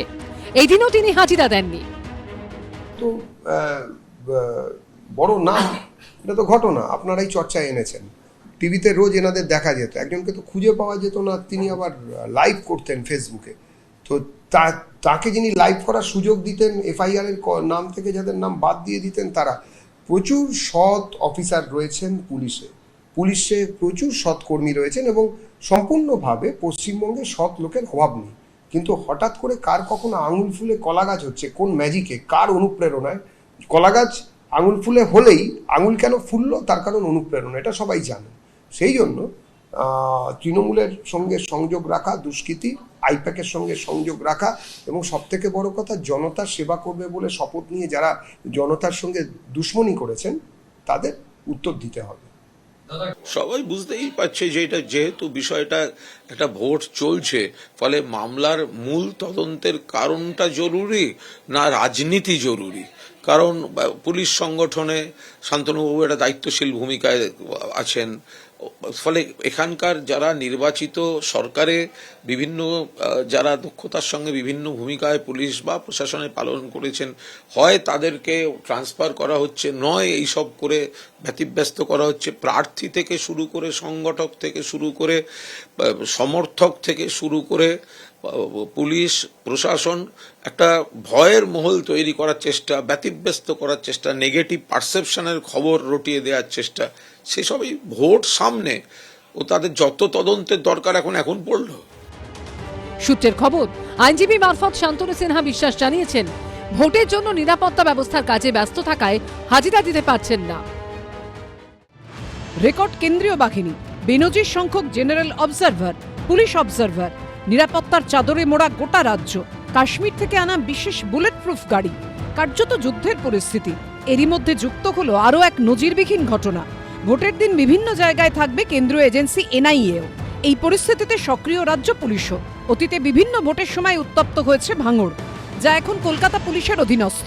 এই পরিস্থিতিতে মঙ্গলবার ভাঙড় ডিভিশনে পৌঁছে পুলিশের পদস্থ আধিকারিকদের সঙ্গে বৈঠক করলেন কলকাতার পুলিশ কমিশনার অজয় নন্দা। সকাল থেকেই কলকাতা পুলিশ কমিশনার বিভিন্ন ডিসিআরসি পরিদর্শন করছেন এবং ভাঙড় ডিভিশনে তিনি ডিসিআরসিতে গিয়েছিলেন। কলকাতা পুলিশের উচ্চপদস্থ কর্তারাও রয়েছেন এবং সেখান থেকে তিনি চলে আসেন ভাঙড় ডিভিশনের ডিসি অফিসে। শাসক বিরোধী সংঘর্ষ, ভোটের আগের মাসে ভয়াবহ বিস্ফোরণ, এমনকি শেষ দফা ভোটের দুদিন আগে পর্যন্ত বোমা উদ্ধার।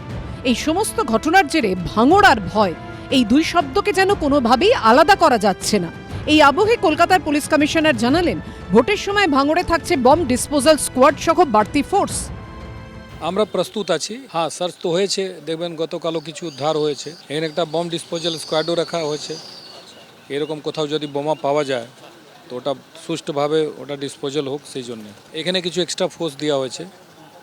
এলাকা বড় আছে, extra motorcycle mobiles and extra নাকা দেওয়া হয়েছে সেন্সিটিভ এরিয়ার জন্য। এদিন ঠাকুরপুকুরের বিবেকানন্দ কলেজ, ব্রতচারী বৃদ্ধাশ্রম সহ বিভিন্ন জায়গায় গিয়ে পরিস্থিতি খতিয়ে দেখেন কলকাতার পুলিশ কমিশনার।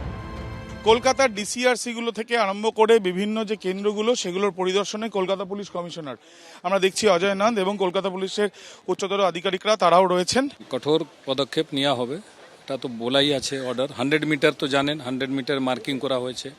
ওইখানে যারা ভোটার আছে এছাড়াও কেউ ঘুরবে না। এরপরে কোথাও যদি কোনো কারণে ইচ্ছাকৃতভাবে গন্ডগোল করা উদ্দেশ্য জমায়েত হবে, তো যে কিউআরটি আছে, যে সেক্টর মোবাইল আছে, HRFS আছে, ওটা প্রয়োজনীয় ব্যবস্থা নেবে। একদিকে কেন্দ্রীয় এজেন্সির সক্রিয়তা, অন্যদিকে কেন্দ্রীয় বাহিনীর দাপট। ফিল্ডে উত্তরপ্রদেশের encounter specialist Singham IPS officer Ajay Pal Sharma, সঙ্গে সাঁচো আগারি। ভোটের দিন বোমা উদ্ধার হয়েছে এমন স্পর্শকাতর এলাকায় থাকছে আরেক কেন্দ্রীয় এজেন্সি NIA। সব মিলিয়ে এমন বিধানসভা ভোট এর আগে কখনো দেখেনি পশ্চিমবঙ্গবাসী, হয়তো দেশবাসীও। ভোটের নিরাপত্তার কড়াকড়ি যেমন রেকর্ড ভেঙেছে, তেমনি রেকর্ড ভেঙেছে প্রথম দফায় ভোটদানের হার। 93.19% ভোট পড়েছে, যা স্বাধীনতার পর এই প্রথম। ভেঙে চুরমার যাবতীয় পুরনো রেকর্ড। নির্বাচন কমিশনের দেয়া পরিসংখ্যান অনুযায়ী এমন অনেক বুথ রয়েছে যেখানে 99%, এমনকি 100% ভোটও পড়েছে। প্রথম দফা নির্বাচনে 31,234টি বুথের মধ্যে 15টি বুথ এমন রয়েছে যেখানে 100% ভোট পড়েছে, 182টি বুথ রয়েছে যেখানে 99% ভোট পড়েছে এবং 44টি বুথ এমন রয়েছে যেখানে 95% ভোট পড়েছে। এমনও বুথ রয়েছে যেখানে 100%-এর বেশি ভোট পড়েছে। সেক্ষেত্রে কমিশনের কি ব্যাখ্যা? কোথাও কোনো মক পোলের সময় ডেটা ক্লিয়ার না হলে অথবা ইলেকশন ডিউটির কোনো ভোট পড়লে এরকমটা হতে পারে। প্রতি বিধানসভায় এবং লোকসভায় এরকম হয়, তবে সেই তুলনায় এবার কিন্তু সেই সংখ্যা অনেকটাই কম। গণনার সময় ভুল ধরা পড়লে EVM মেকানিজমে সেই ভোট বাতিল হয়ে যায়। প্রথম দফায় ভোট হয়েছিল 152টি আসনে। 2021 সালের বিধানসভা ভোটে এই 152টি আসনে মোট ভোটার সংখ্যা ছিল প্রায় 3,78,00,000, আর ভোট দিয়েছিলেন প্রায় 3,14,00,000 ভোটার, অর্থাৎ প্রায় 83%। এবার প্রথম দফায় এই 152টি আসনে মোট ভোটার সংখ্যা ছিল প্রায় 3,61,00,000, আর ভোট দেন প্রায় 3,36,00,000, অর্থাৎ প্রায় 93%। অর্থাৎ মোট ভোটার সংখ্যা প্রায় 17 লক্ষ কমলেও প্রদত্ত ভোটের সংখ্যা প্রায় 21.5 বেড়েছে। ভোটদানের হারও 10% বেড়েছে। প্রথম দফার নির্বাচনে যেটা হয়েছে সেখানে কিন্তু আমাদের যে মোট ভোটার সংখ্যা সেটা প্রায় 17-18 লাখ কমেছিল এবং মানুষ ভোট দিয়েছেন কিন্তু 20-21 লাখ বা 21.5 লাখ মতন বেশি মানুষ ভোট দিয়েছেন। ফলে সাংঘাতিকভাবে শতাংশ বেড়ে গেছে এবং আমাদের এই দ্বিতীয় দফার নির্বাচনেও এটা তো একটা গণতন্ত্রের উৎসব। গণতন্ত্র তো আমরা আমাদের জীবনে প্রতিদিন আমাদের এই সংসদীয় ব্যবস্থায় তার অনুশীলন করি। তার মধ্যে মধ্যে এই নির্বাচনগুলো এক একটি উৎসব এবং সেটি উৎসবের মতো করে দেখাটাই খুব গুরুত্বপূর্ণ এবং আগামীকালও আমরা চাইবো যে সেই ধরনের একটা ঘটনাই ঘটুক। কিন্তু একই সঙ্গে প্রশ্ন হচ্ছে যে এই গণতন্ত্রের উৎসবকে রক্ষা করতে গিয়ে যে পরিমাণ সাঁজোয়া গাড়ি, যে পরিমাণ আধাসামরিক বাহিনী লাগছে, তাতে একটা প্রশ্ন আসে আয়নার সামনে দাঁড়িয়ে নিজেরা নিজেদের প্রশ্ন করার, যে সত্যিই কি গণতন্ত্রটা ঠিক আছে? যদি তাই হতো তাহলে তো যে দেশে সামরিক শাসন চলে, ধরুন উত্তর কোরিয়াতে কিংবা বাংলাদেশেও একসময় সেই ধরনের এরশাদের সরকার ছিল, সেইখানে কি সত্যিকারের গণতন্ত্র থাকতে পারে? অর্থাৎ এই যে বিভিন্ন রকম পুলিশি ব্যবস্থা, বিভিন্ন রকম আমাদের এখানে আধাসামরিক বা সামরিক বাহিনী এসে যে ব্যবস্থা, তার মধ্যে দিয়ে কিন্তু গণতন্ত্রকে যে আধিপত্যবাদের মাধ্যমে গণতন্ত্রকে যে চালিয়ে যাওয়ার ব্যবস্থা, তার বাইরে বেরিয়ে নিজেদের গণতন্ত্রকে নিজেদের রক্ষা করার জায়গাটা কিন্তু এবারের নির্বাচনেও সফল হলো এ কথা অন্তত বলা যাচ্ছে না। তবে খুব স্বস্তিতে শান্তিপূর্ণভাবে নির্বাচন হচ্ছে, মানুষ গিয়ে ভোট দিচ্ছেন। কিন্তু এই জায়গাটা আমাদের রাজনৈতিক দলের নেতানেত্রীরা যদি আরেকটু দায়িত্বপূর্ণ হতেন, তারা একে অপরের সঙ্গে যে ধরনের কথা বলছেন সেই আলোচনাগুলো যদি আরেকটু সুষ্ঠু সুষ্ঠু হতো আর একটু সুন্দর হতো, তাহলে এই রাজনীতিটা একটা অন্য মাত্রায় যেত। যেমন ধরুন ভবানীপুরে আমাদের এখানে একেবারে ডার্বি হচ্ছে, আগেরবার নন্দীগ্রামে হয়েছিল, সেখানেও দেখা যাচ্ছে কেউ মাইক বাজাচ্ছেন, কেউ কথা বলতে পারছেন না। অর্থাৎ একেবারে আমাদের রাজ্যের সবচেয়ে ভালো নেতানেত্রী, সবচেয়ে নামকরা নেতানেত্রী, তাদের আচার আচরণগুলো যখন শিশুসুলভ হয়ে যায় এবং তারা যখন একেবারে পাড়ার মতন একটা ঝগড়াঝাটি করেন, পাশের বাড়ির মতন একটা ঝগড়াঝাটি করেন, রাস্তাঘাটের মতো একটা ঝগড়াঝাটি করেন, চায়ের দোকানের মতন ঝগড়াঝাটি করেন, তখন মনে হয় সত্যিকারের গণতন্ত্রের যে শিক্ষা, সেই জায়গাটা রাজনৈতিক দল তাদের নেতানেত্রীদের কাছ থেকে ঠিক আমাদের কাছে কোন জায়গায় পৌঁছলো সেই প্রশ্নটা থেকে যায়। এবং সর্বশেষে যে কথাটা আসবে, এবারের যে নির্বাচন তাতে তো পুরোটাই একটা নেতিবাচক বিষয়ের ওপর। একদিকে মানুষ ভাবছেন তারা এই দেশে থাকতে পারবেন কি পারবেন না একটা বড় অংশের মানুষ, আবার উল্টো দিকে ভীষণ দুর্নীতি এবং দুর্বৃত্তায়নের বিরুদ্ধে মানুষ কথা বলছেন, তাই নিয়ে ভাবছেন। অর্থাৎ একটা রাজ্যের যে গণতান্ত্রিক প্রেক্ষিতে একটা নির্বাচন হচ্ছে, সেই নির্বাচনের জায়গায় মানুষ যেখানে শিক্ষা নিয়ে ভাববেন, মানুষ যেখানে স্বাস্থ্য নিয়ে ভাববেন, ভালো রাস্তা নিয়ে ভাববেন, কতগুলো শিল্প হলো তাই নিয়ে ভাববেন, ঠিক সেই জায়গায় দাঁড়িয়ে কিন্তু আজকের এই পশ্চিমবঙ্গের নির্বাচন সম্ভবত পশ্চিমবঙ্গে এ পর্যন্ত যত নির্বাচন হয়েছে তার মধ্যে সবচেয়ে বেশি নেতিবাচকতায় ভরপুর। ফলে একই দিকে চলুন আমরা গণতন্ত্রের উৎসব তো পালন করবই আগামীকাল, কিন্তু একই সঙ্গে আগামী দিনে স্বপ্ন দেখব কোনো একটা ইতিবাচক নির্বাচনের, যে নির্বাচনে মানুষ এই রাজ্যের উন্নয়নের জন্য ভোট দিতে যাবে, কোনো ভয় বা ভাবনা বা দুর্নীতি বা দুর্বৃত্তায়নের বিরুদ্ধে নয়। দ্বিতীয় দফায় ভোট রয়েছে 142টি আসনে। 2021 সালের বিধানসভা ভোটে এই 142টি কেন্দ্রে মোট ভোটার সংখ্যা ছিল প্রায় 3,56,00,000 আর ভোট পড়েছিল প্রায় 2,88,00,000, অর্থাৎ 81% কাছাকাছি। এসআইআর এর পর এবার এই 142টি কেন্দ্রে ভোটার সংখ্যা কমে হয়েছে 3,21,50,000, অর্থাৎ প্রায় 34.5 লক্ষ ভোটার কমেছে। 2021 সালের বিধানসভা ভোটে 142টি আসনে প্রায় 81% ভোট পড়েছিল। এবার দ্বিতীয় দফায় কি হবে? প্রথম দফার ট্রেন্ড কি দ্বিতীয় দফাতেও বজায় থাকবে? 142টি বিধানসভা কেন্দ্রের নির্বাচন, আপনারা জানেন সারা দেশের মানুষ তাকিয়ে রয়েছে প্রথম পর্যায়ের মতন দ্বিতীয় পর্যায়ে পশ্চিমবাংলায় একটা শান্তিপূর্ণ নির্বাচন হয় কিনা। এই পর্যায়ে আমরা যদি দেখি দক্ষিণ 24 পরগনা, হাওড়া, হুগলি, পূর্ব বর্ধমান, উত্তর 24 পরগনার বিস্তীর্ণ অঞ্চল, কলকাতা সমেত বিস্তীর্ণ অঞ্চল কিন্তু অতীতে বারবার অভিযোগ উঠেছিল ভয় ভীতি সন্ত্রাসের, বারবার অভিযোগ উঠেছিল বুথ জ্যামের, বুথ দখলের। এবার ইলেকশন কমিশন কিন্তু প্রথম থেকেই অত্যন্ত সতর্ক। আপনারা জানেন যে উত্তরপ্রদেশ থেকে দামাং অফিসার এসছেন, যিনি ফলতার বিভিন্ন গ্রামে ঘুরছেন, ভোটারদেরকে আশ্বস্ত করছেন, আবার একই সাথে যারা দুষ্কৃতী তাদেরকে তার জন্য কিন্তু বার্তা দিচ্ছেন যে তারা যাতে দুষ্কর্মের সাথে যুক্ত না হন। ইলেকশন কমিশন ইতিমধ্যেই প্রায় 3,500 যারা আইন ভঙ্গকারী, যারা ভোটে সন্ত্রাস করতে পারে সেই অনুমান করে 3,500-এর বেশি মানুষকে কিন্তু গ্রেপ্তার করেছে বিভিন্ন জেলাতে। সর্বোচ্চ গ্রেপ্তার পূর্ব বর্ধমান এবং তারপরে দক্ষিণ 24 পরগনাতে।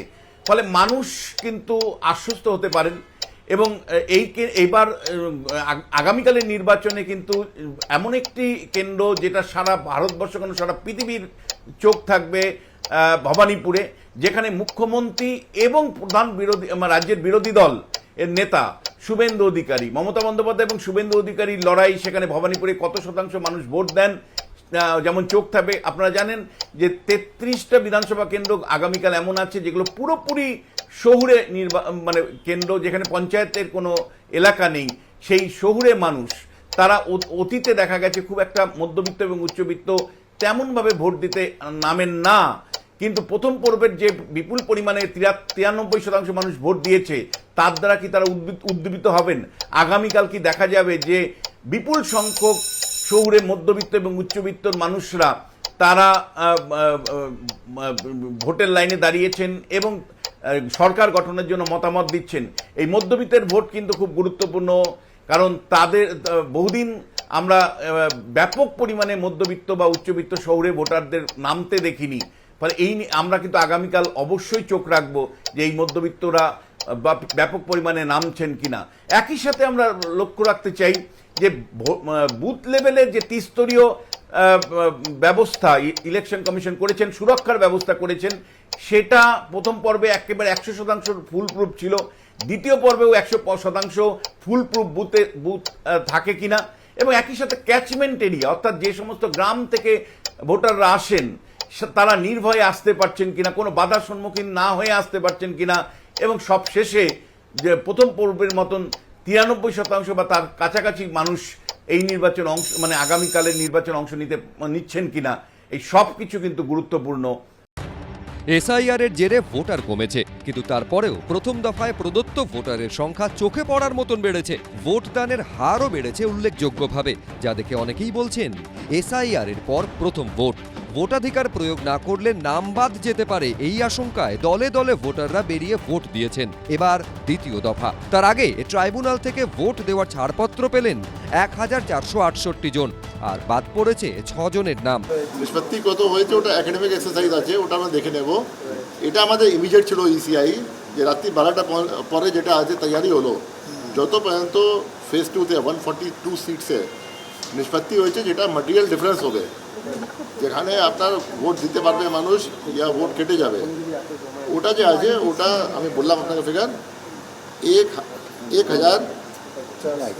1468 যেটা আছে, এটা আছে ইনক্লুশন, আর 6টা আছে ডিলিশন। পশ্চিমবঙ্গে এসআইআর এ সব মিলিয়ে 90,83,345 জনের নাম বাদ পড়ে। যাদের নাম বাদ পড়ে তাদের বিষয়গুলি পুনর্বিবেচনার জন্য ট্রাইব্যুনাল গঠনের নির্দেশ দেয় supreme court. 16 April supreme court নির্দেশ দিয়েছিল ভোটের 48 ঘন্টা আগে ট্রাইব্যুনালের ছাড়পত্র মিললেও দেওয়া যাবে ভোট। সেই অনুযায়ী 27 এপ্রিল পর্যন্ত যারা ট্রাইব্যুনালে ছাড়পত্র পেয়েছেন দ্বিতীয় দফায় তারা ভোট দিতে পারবেন। ট্রাইব্যুনাল যাদের নামে ছাড়পত্র দিয়েছে সেই সাপ্লিমেন্টারি তালিকা মঙ্গলবার গভীর রাতে প্রকাশিত হয়েছে। তাতে 1468 জনের নামে ছাড়পত্র দিয়েছে ট্রাইব্যুনাল, তারা দ্বিতীয় দফায় ভোট দিতে পারবেন, আর 6 জনের নাম বাদ পড়েছে। সুপ্রিম কোর্টের নির্দেশে দ্বিতীয় দফার সাপ্লিমেন্টারি চার্জশিট ইতিমধ্যে সম্পন্ন হয়েছে এবং সেক্ষেত্রে দাঁড়িয়ে 1468 জনের নাম দ্বিতীয় দফার এই তালিকাতে নতুন করে যুক্ত হয়েছে, যেখানে 6 জনের নাম বাদ গিয়েছে। ঠিক আমরা রয়েছি এই মুহূর্তে জোকা শ্যামাপ্রসাদ মুখার্জি ভবনে, এবং যেখানে ট্রাইব্যুনালের শুনানি চলছিল, যেখানে 27 তারিখে অর্থাৎ গতকাল পর্যন্ত যত মামলার নিষ্পত্তি হয়েছে সেই নিরিখেই এই 1468 জনের নাম জুড়েছে, যেখান থেকে যেটা বলা হয়েছে যে 6 জনের নাম বাদ গিয়েছে, যারা আগামী যে কাল যে ভোট রয়েছে অর্থাৎ 29 তারিখের যে ভোট রয়েছে সেখানে যাদের নাম নতুন করে জুড়েছে তারা কিন্তু এই ভোটে অংশগ্রহণ করতে পারবেন। এসআইআর এ নামবাদের কি প্রভাব ভোটে পড়তে পারে তা নিয়ে নানা হিসেব নিকেশ চলছে। কোন কেন্দ্রে গত বিধানসভার ভোটে জয়ের মার্জিন কত ছিল আর সেই কেন্দ্রে কত নাম বাদ পড়েছে সেই পরিসংখ্যানও সামনে এসেছে। তৃণমূল এবং বিজেপি দুই দলেরই জেতা একাধিক কেন্দ্র রয়েছে যেখানে গতবারের জয়ের মার্জিনের থেকে এসআইআর এ বেশি নাম বাদ পড়েছে। দেখুন কি হবে তার একমাত্র উত্তর কোনো স্টুডিও থেকে পাওয়া যাবে না, পাওয়া যাবে 4 মে ফল প্রকাশের পর।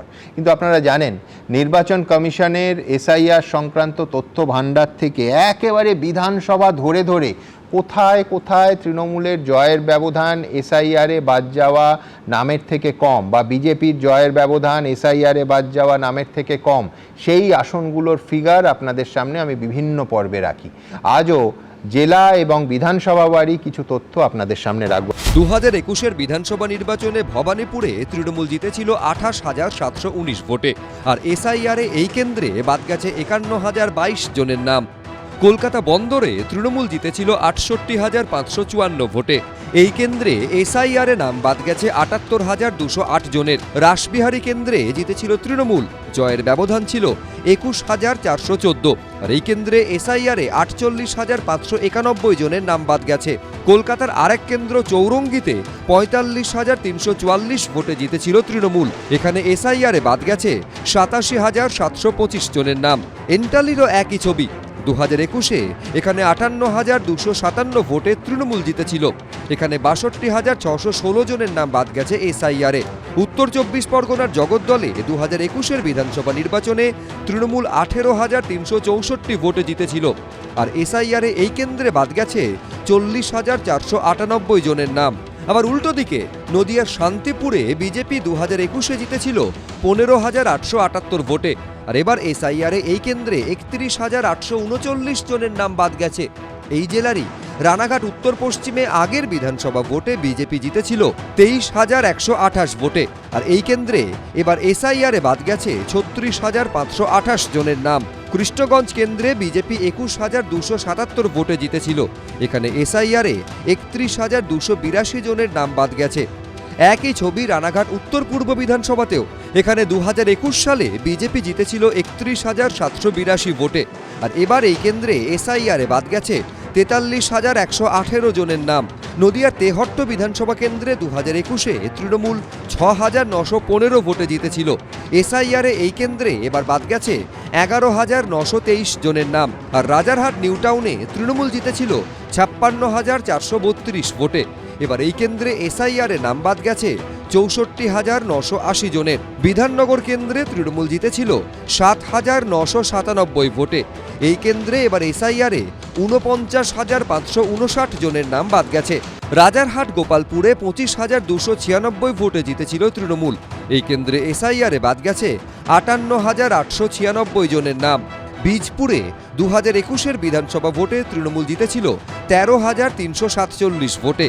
এবার এখানে 35,351 জনের নাম বাদ গেছে। নৈহাটি কেন্দ্রেও জিতেছিল তৃণমূল, জয়ের ব্যবধান ছিল 18,855। এসআইআরে এই কেন্দ্রে বাদ গেছে 27,974 জনের নাম। নদিয়ার রানাঘাট দক্ষিণ বিধানসভা কেন্দ্রে আবার 2021-এর বিধানসভা ভোটে বিজেপি জিতেছিল 16,515 ভোটে।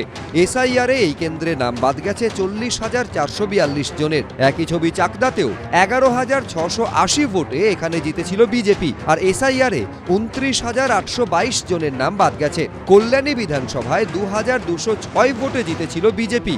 এখানে এসআইআরে বাদ গেছে 36,237 জনের নাম। হরিণঘাটায় বিজেপি জিতেছিল 15,200 ভোটে, আর 24,046 জনের নাম বাদ গেছে এসআইআরে। বেলেঘাটায় 67,140 ভোটে জিতেছিল তৃণমূল, আর এবার 67,731 জনের নাম এসআইআরে বাদ গেছে।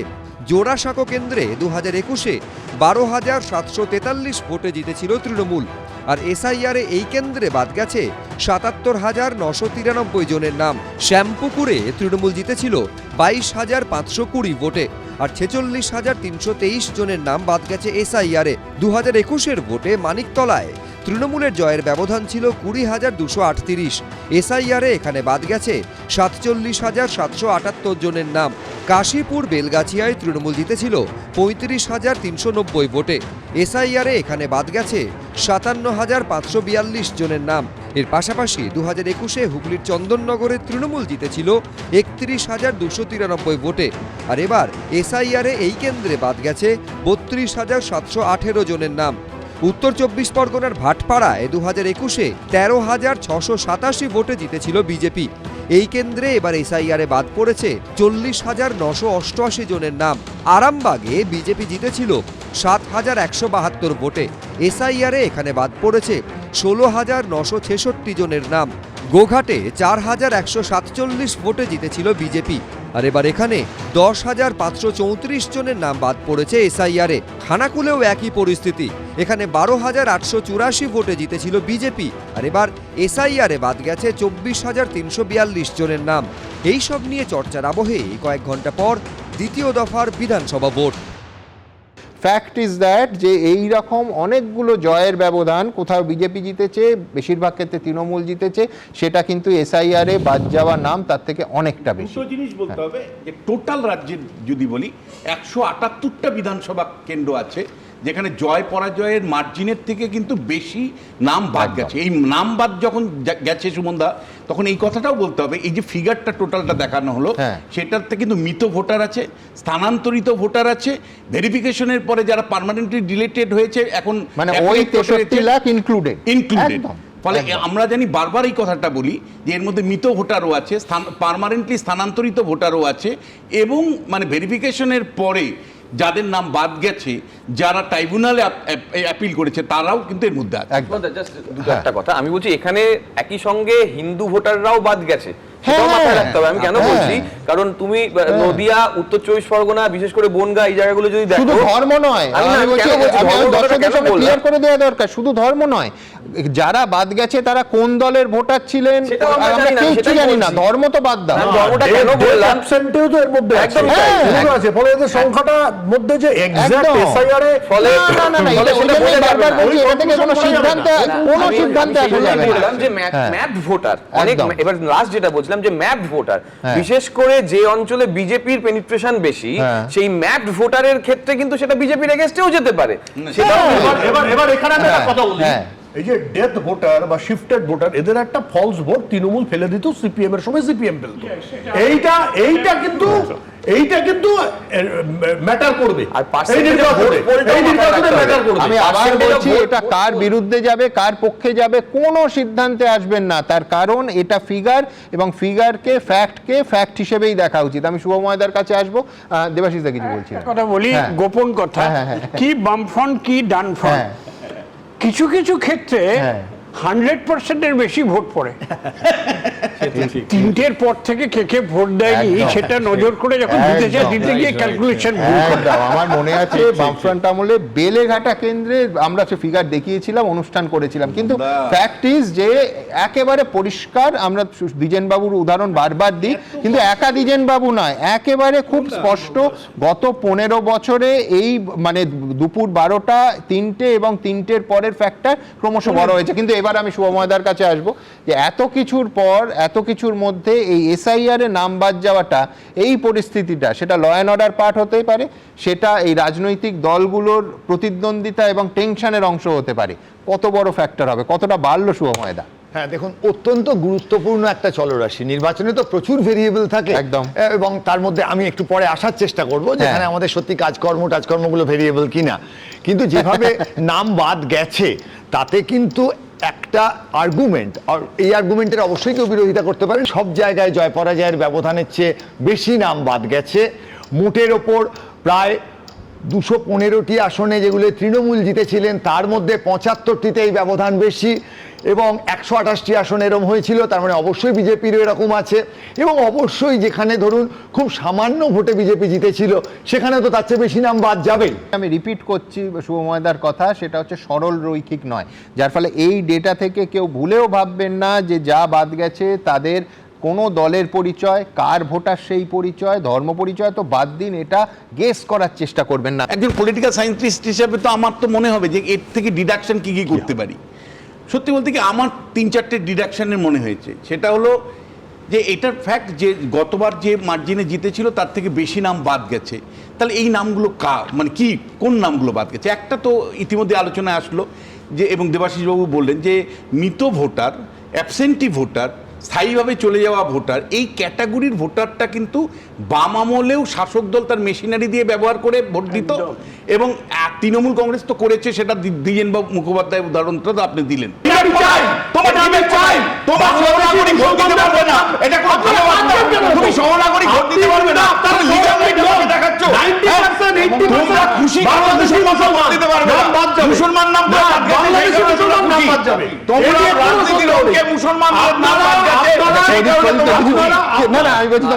বলার প্রয়োজন আছে?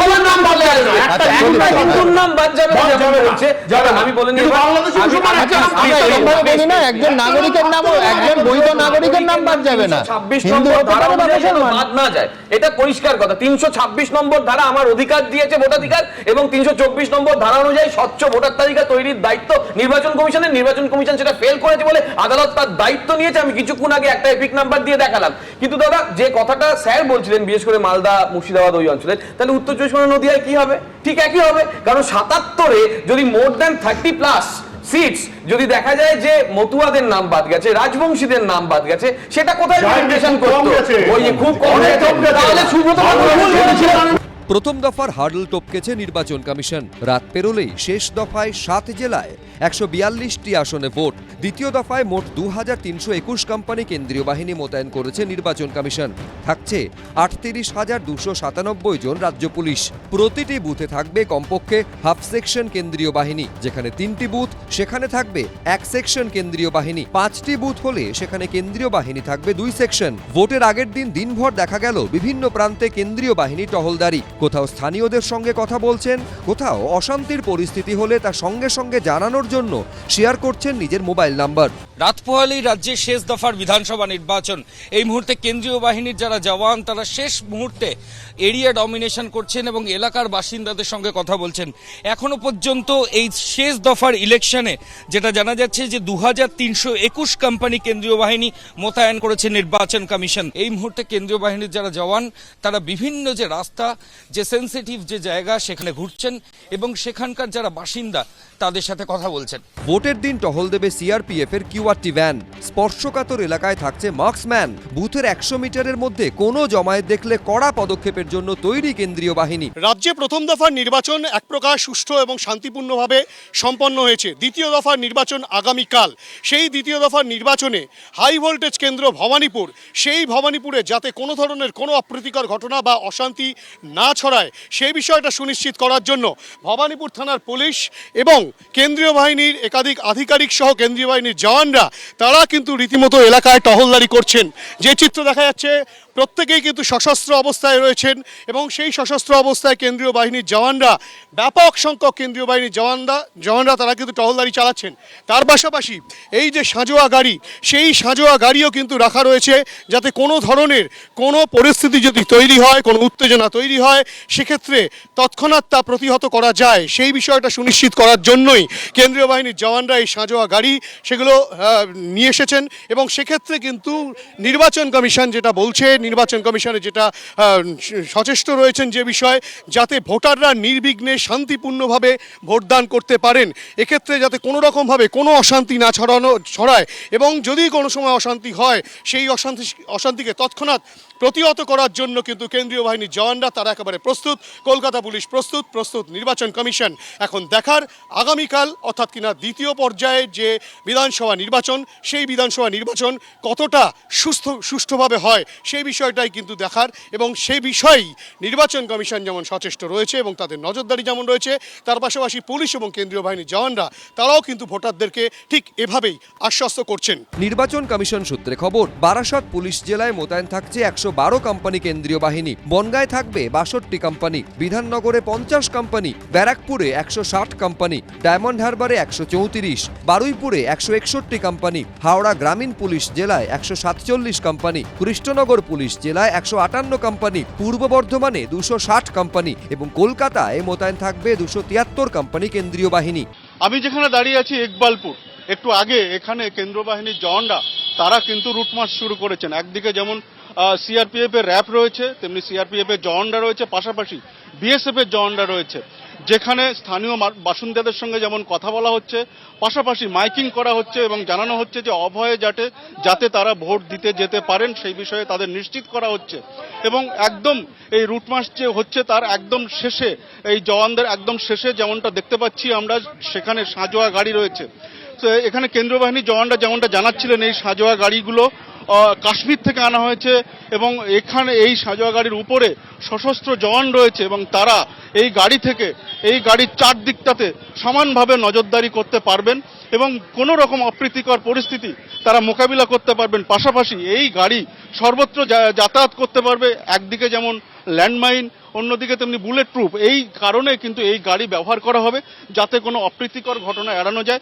এই সমস্ত কিছু নিয়ে যে রুট মার্চ হচ্ছে, যেটা ইকবালপুরের অলিতে গলিতে হচ্ছে, তার মাধ্যমে একদিকে যেমন সাধারণ ভোটারদের তারা জানান দিতে চাইছেন যে যাতে অভয়ে তারা ভোট দিতে যেতে পারেন এবং পাশাপাশি এটা নিশ্চিত করতে চাইছেন যে সাধারণ মানুষ তারা আত্মবিশ্বাসের সঙ্গে যাতে নিজের কেন্দ্রে গিয়ে তারা ভোট দিতে পারেন। এবং সে কারণে কিন্তু জাস্ট নির্বাচনের আগের দিনেই অর্থাৎ রাত পোহালেই যখন নির্বাচন, তখন কিন্তু এখানে অর্থাৎ ইকবালপুরের অলিতে গলিতে এভাবেই চলছে রুট মার্চ। 272 কোম্পানি সিএপিএফ আছে, 350-এর বেশি আছে আপনার সেক্টর মোবাইলস, আরটি মোবাইলস আছে 160টা, মোটরসাইকেল মোবাইলস 160টা আছে, এইচআরএফএস আছে 80টা, কিউআরটি আছে 29টা ট্রাফিক ব্যবস্থা আমরা দেখছি।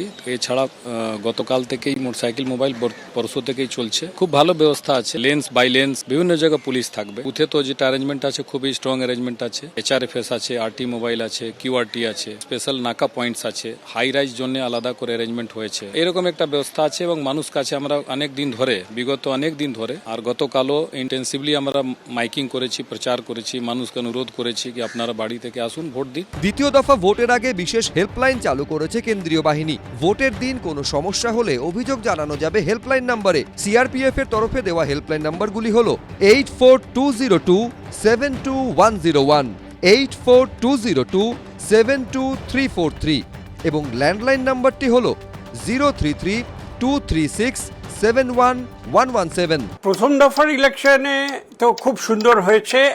স্বাধীনতার পর এত ভালো পার্টিসিপেশন তো হয়নি, নিঃসন্দেহে গর্ববোধ করার জায়গায় আছে। কিন্তু কালকে কি হবে? কালকে দ্বিতীয় দফার ভোট, কলকাতা, 2 চব্বিশ পরগনা ইত্যাদি। মেন মুশকিল হচ্ছে, আমি যেটা আমার পূর্ব অভিজ্ঞতা থেকে বলছি, এখানে অনেক এলাকাগুলো ঘিঞ্জি। এই যে ইলেকশন কমিশনের একটা নিয়ম আছে না, যে 100 মিটার পরিধি দিয়ে একটা স্টেরাইল জোন করা হবে যেখানে কাউকে ঢুকতে দেবে না। আমি বহু বুথে গেছি, 100 মিটার কেন, 20 মিটার পরেই অন্যান্য বাড়ি, বস্তি, দোকান সব চলে এসছে। কই সেখানকার লোকদের কি ছড়িয়ে দেওয়া হবে? এটা করা যায় না। তার চেয়েও ভয় না, এক একটা বুথে অনেক সময় একাধিক বুথ থাকে, একটা বিল্ডিংয়ে, একটা স্কুল বিল্ডিংয়ে জায়গা নেই। আমি বহু জায়গায় দেখেছি, কখনো কখনো দোতলাতেও আছে, কখনো একটা স্কুলে 8খানা বুথ আছে, উপায় নেই, এত গেঞ্জি জায়গা আর কোথায় করবে? তাহলে সেসব জায়গায় কিন্তু একেবারে অন্য ধরনের মানসিকতা লাগে, পুলিশিং লাগে, ডিসিপ্লিন লাগে এবং সবাইকে সুষ্ঠুভাবে ভোট দেওয়ার জন্য অ্যারেঞ্জমেন্ট করতে লাগে। কিন্তু আমি জানি বহুভাবে প্রত্যেকটা বুথেই খুব যত্ন করে এবার ব্যবস্থা করা হয়েছে। তার মধ্যে একটা জিনিস আমার খুব ভালো লেগেছে, সেটা হচ্ছে সিসিটিভি ক্যামেরা এবং বডি ক্যামেরা সব লাগানো হয়েছে।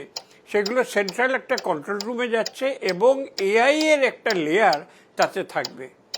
আসলে সব ক্যামেরায় কি হচ্ছে সে তো বোঝা যায় না, কিন্তু এআইকে যদি ঠিকমতো ট্রেনিং দিয়ে লাগায় যেটা বলছে, তাহলে ঠিক যেখানে যেখানে প্রবলেম হচ্ছে এআই তো একই ধরনের প্যাটার্নের বিচ্যুতিটাকে ধরতে পারে। হঠাৎ করে এক জায়গায় অন্যরকম হচ্ছে কেন, 5টা লোক ঢুকে পড়লো কেন একসঙ্গে, এটা কিন্তু ফ্ল্যাশ করবে এবং সঙ্গে সঙ্গে আমি ধরে নিচ্ছি ব্যবস্থা নেওয়া হবে। এছাড়া প্রচুর পরিমাণে অবজারভার পুলিশ যাচ্ছেন, টহল দিচ্ছেন। কালকেও আমি বাড়িতে যখন ফিরছিলাম, রুট মার্চ করছে, ডেফিনেটলি তার একটা এফেক্ট হচ্ছে। হ্যাঁ, এটা ঠিকই, আজকে সকাল থেকেই দেখা যাচ্ছে বেশ কিছু সিনেমার নাম দেখা যাচ্ছে। আমি আরেকটা সিনেমার কথা একটু আপনাদেরকে মনে করিয়ে দিই। নিউটন বলে একটা সিনেমা ছিল, এককালে নাকি তৎকালীন প্রধানমন্ত্রী মনমোহন সিং নিজে তার মন্ত্রী এবং অফিসারদের সঙ্গে দেখেছিলেন। উপভোগ্য ফিল্ম। মাওবাদী এলাকায় কেউ ভোট দেবে না, কি করে ভোট দেওয়ানো যায় এবং সেখানে পুলিশ, সশস্ত্র পুলিশ কিভাবে গ্রামবাসীদের উৎসাহিতটা কোট আনকোট উৎসাহিত করে বুথে এনে ভোট দেওয়ায়। আচ্ছা, কালকে যে আমরা একটা দেখলাম যে এরকম বাইক বাহিনী এসে লোকদের বাড়িতে বাড়িতে ভোট দেওয়া যাতে না দেয় সেই জন্য করছে, সেক্ষেত্রেও কি পুলিশের কিছু ভূমিকা থাকে? আমি তো বলবো থাকে। সাধারণ মানুষ যাতে ভোট দিতে না বেরোয়, তার জন্য বাম আমলেও ছিল, ডান আমলেও যদি কিছু হয় তার এগেনস্টে অ্যাকশন কিন্তু নেওয়া উচিত। এতটা থিয়েট্রিক্যাল হওয়া উচিত কিনা সেটা স্বতন্ত্র, কিন্তু আমি বলবো রাত্রিবেলাতেই সব হয়, কিন্তু প্রশাসন, পুলিশ যথেষ্ট ব্যবস্থা নিচ্ছে। আমার দৃঢ় বিশ্বাস তারা কিন্তু সঠিকভাবে, শান্তিপূর্ণভাবে ফার্স্ট ফেজের মতোই ভালো টার্নআউটের ভোট করাবে। নির্বাচন কমিশনের নির্দেশে গন্ডগোল পাকানোর আশঙ্কায় ইতিমধ্যে 2000-এরও বেশি জনকে গ্রেফতার করেছে পুলিশ, যার মধ্যে সোমবার রাতে গ্রেফতার করা হয় 809 জনকে। কোনো রকম কমপ্লেন হলে আপনার ইলেকশন কমিশন থেকে সিও অফিস থেকে চালু করে ডিও অফিসে ফোন নাম্বার দেওয়া আছে, লালবাজারে কন্ট্রোল রুম নাম্বার আছে 100-112, একটা 1950 একটা নাম্বার আছে ECI এ। তো যার কোনো অভিযোগ থাকবে ওই নাম্বারেও জানাতে পারে, ইমিডিয়েটলি পুলিশ যাবে। আমাদের নিজস্ব যে ওয়্যারলেস নেটওয়ার্ক আছে, ওইখান থেকে আমরা দ্রুতভাবে ইনফরমেশন ধর পদক্ষেপ নেওয়া হবে। এটা তো বলাই আছে অর্ডার। 100 মিটার তো জানেন, 100 মিটার মার্কিং করা হয়েছে। ওইখানে যারা ভোটার আছে এছাড়াও কেউ ঘুরবে না। এছাড়া জেনারেল 144 একটা এলাকা ভিত্তিক আছে, যেখানে এমনি জমায়েত অ্যালাউড নেই। তো আমরা সবাইকে এটা জানাচ্ছি, সবাইকে অনুরোধ করছি। এরপরে কোথাও যদি কোনো কারণে ইচ্ছাকৃতভাবে গন্ডগোল করা উদ্দেশ্যে জমায়েত হবে, তো যে কিউআরটি আছে, যে সেক্টর মোবাইল আছে, HRFS আছে, ওটা প্রয়োজনীয় ব্যবস্থা নেবে। পাশাপাশি ভোট নিরাপত্তায় 26 জন অতিরিক্ত পুলিশ অফিসারকে পাঠানো হয়েছে বিভিন্ন পুলিশ কমিশনারেট ও পুলিশ জেলায়, যার মধ্যে ব্যারাকপুরে 4 জন, ডায়মন্ড হারবারে 3 জন অতিরিক্ত পুলিশ অফিসার নিয়োগ করা হয়েছে। পূর্ব বর্ধমান, হাওড়া, হুগলি, চন্দননগর পুলিশ কমিশনারেট এলাকাতেও অতিরিক্ত পুলিশ অফিসার নিয়োগ করেছে নির্বাচন কমিশন। নির্বাচন কমিশন সূত্রে খবর, যেসব জেলায় প্রথম দফার নির্বাচন শেষ হয়েছে সেখান থেকে অতিরিক্ত পুলিশ অফিসার আনা হয়েছে। আমরা তো আশা করবই যে ছবি বদলানো উচিত। নির্বাচন কমিশন যেসব আশ্বাস দিয়েছেন সেগুলো কার্যকরী হবে। কাশ্মীরের সঙ্গে আমাদের অবস্থার খুব একটা পার্থক্য নেই, শুধু ওখানে ডাল লেক আছে, এখানে ডাল লেক নেই। এখানে কালীঘাট মন্দির আছে, সেটা আবার কাশ্মীরে নেই। কিন্তু ঘটনা হচ্ছে যে সব জায়গাতেই এই একই পরিস্থিতি। আমরা 80-র দশক থেকে বলে এসেছি যে বিপুল পরিমাণে বাংলাদেশ থেকে অনুপ্রবেশকারী মুসলমানরা এসে ঢুকে পড়েছে এবং এখানকার জনবিন্যাস পরিবর্তিত হয়ে গেছে, এবং তার ফলে মানুষ তাদের সাধারণ বাঙালিরা তারা তাদের সমস্ত কিছু, বিশেষ করে গণতান্ত্রিক অধিকার তাদের বাজেয়াপ্ত করেছে তৃণমূল কংগ্রেস সবার শেষে গত 15 বছর ধরে। এটা বন্ধ হওয়া দরকার, নইলে কাশ্মীরের থেকেও খারাপ পরিস্থিতি হবে। ইলেকশন কমিশন নিজেই নিজের নিয়মকে লঙ্ঘন করছে। তাদের যে রুল বুকে যা আছে, যা অবজারভারের জন্য যা ডিউটি স্পেসিফিকেশন আছে, তার বাইরে গিয়ে তারা যা খুশি তাই করছে। যেখানে বিজেপির নেতারা যা বলে দিচ্ছেন, এরকম কোনো অবজারভার, পুলিশ অবজারভার এভাবে যেতে পারেন না। এটা ইলেকশন কমিশনের যে নিয়ম তার পরিপন্থী, কিন্তু তারা কোনো নিয়ম কানুনই মানছেন না। মানে যেন একটা যুদ্ধ, এমনভাবে যাচ্ছেন, এমনভাবে সেনাবাহিনীকে মানুষকে ভীত সন্ত্রস্ত করে দিচ্ছেন। সুষ্ঠুভাবে ভোট চান না মানুষের ভোটকে জোর করে আদায় করতে চান, এটা বোঝা যাচ্ছে না। Election commission free and fair election চাইছেন না, তারা জোর করে ভয় দেখিয়ে মানুষকে ভীত সন্ত্রস্ত করতে চাইছেন। এটাই হচ্ছে এই ইলেকশন কমিশন এবং ভারতবর্ষের ইলেকশন কমিশন। এবং ভোট সংক্রান্ত অভিযোগ জানাতে হেল্পলাইন নাম্বার চালু করেছে মুখ্য নির্বাচনী আধিকারিকের দফতর। টোল ফ্রি নাম্বার 1800-345-0008, এই নম্বরে জানানো যাবে অভিযোগ। রাত পোহালেই দ্বিতীয় দফা, আর দ্বিতীয় দফায় চমক, দুয়ারে ভোট। কলকাতা সহ শহরতলির এবারের ভোটের বিশেষত্ব হল বহুতল আবাসনের ভেতরে ভোট গ্রহণ কেন্দ্র। নির্বাচন কমিশন সূত্রে খবর, কলকাতা, বিধাননগর, দমদম, নিউ টাউন, খড়দা, হাওড়া, উত্তরপাড়া, চন্দননগর, বর্ধমান এমন একাধিক শহরের মোট 65টি বহুতলে ভোট গ্রহণের ব্যবস্থা করেছে নির্বাচন কমিশন। কলকাতার অভিজাত আবাসন আরবানা, এখানে 7টি টাওয়ার মিলিয়ে 1172টি ফ্ল্যাট রয়েছে। ভোটারের সংখ্যা 927। এখানে বিভিন্ন স্তরের যে রুমগুলো রয়েছে, সেই রুমে এইভাবে ভোট কেন্দ্র তৈরি হয়েছে। আমরা এখানে ইতিমধ্যেই কমিশনের তরফ থেকে পোস্টার দিয়ে দেওয়া হয়েছে, অর্থাৎ কসবা বিধানসভা কেন্দ্রের অধীন এখানেই ভোট গ্রহণ শুরু হবে আগামীকাল, এবং সেই ভোট গ্রহণ কেন্দ্রের 100 মিটারের মধ্যে কার্যত নিশ্ছিদ্র নিরাপত্তার ব্যবস্থা করা হচ্ছে। এই ভেতরে যেখানে ভোট দান পর্ব চলবে সেখানে কাউকে ঢুকতে দেওয়া হচ্ছে না। আবাসনের ভেতরে সেন্ট্রাল ফোর্স বা কেন্দ্রীয় বাহিনী তারা এসে উপস্থিত হয়েছে, ভোটকর্মীরাও এসে উপস্থিত হচ্ছেন, এবং এই কেন্দ্রীয় বাহিনীর জওয়ানরা এইভাবে গোটা ভোট কেন্দ্রটাকে পাহারা দিচ্ছেন। এমনিতেই নিরাপত্তার একটা বজ্র আটুনি রয়েছে। নিজের কমপ্লেক্সের মধ্যে ভোট, ঝামেলা নেই, কিচ্ছু নেই, বাড়ি থেকে বেরিয়ে সবাই আড্ডা গল্প মারতে মারতে এসে ভোট দেবে, চলে যাবে। তো এবং প্রথমবার সবাই খুব এক্সাইটেড, কি হবে না হবে, নিয়ম কানুন, বাইরের লোক কেউ আসতে পারবে না। এরকম এক্সপিরিয়েন্স আগে হয়নি যে উপর থেকে নামলাম, নেমে ভোট দিয়ে চলে এলাম। এখানে এক্সাইটেড ডেফিনেটলি। আমি সকালে উঠে মর্নিং ওয়াক করি, মর্নিং ওয়াক করার সময় আমি আমার ওয়াইফ ভোট দিয়ে বাড়ি যাবো। আমরা চেষ্টা করবো 99%-এর মধ্যে থাকতে। ভোট উপলক্ষে কড়া নিরাপত্তায় মুড়ে ফেলা হয়েছে আরবানা। এই কমপ্লেক্সে বাইরে থেকে কারো ঢোকা কার্যত নিষিদ্ধ। এমনকি যারা বাড়িতে কাজ করেন তারা আগে থেকে তার পরিচয়পত্র দিয়ে তাদের ঢোকার ব্যবস্থা করা হচ্ছে। কমিশনার যে সমস্ত নিয়মকানুন করেছে, যে এখানে 48 ঘন্টা কোনো লেবার ঢুকতে পারবে না, কোনো উল্টোপাল্টা লোক এখানে ঢোকার কোনো চান্সই নেই। সিকিউরিটির তরফ থেকে যথেষ্ট আমাদের কোঅপারেশন যেটা আছে সব পুরোটাই পাবে। আমরা ক্লাবে কাউকেই আমরা 48 ঘন্টা ঢুকতে দেবো না। আমাদের রেস্টুরেন্ট আমরা বন্ধ রেখেছি, কফি শপ বন্ধ রেখেছি, সমস্ত আইডি কার্ডের আমরা ব্যবস্থা করেছি। আইডি কার্ড ছাড়া কেউ এখানে প্রবেশ করতে পারবে না।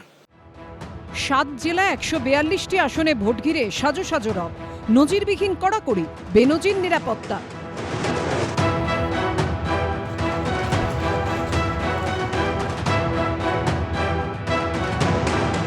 এবারে আমরা যে ওয়েবক্যামের ব্যবস্থা করেছি তাতে কেউ যদি ফলস ভোটিং করেন, তাহলে অন্যের হয়ে ভোট করেন বা একাধিকবার ভোট করেন, তাহলে তার ছবি আমাদের কাছে ভিডিও ক্যামেরার মেমোরি চিপে থেকে যাবে।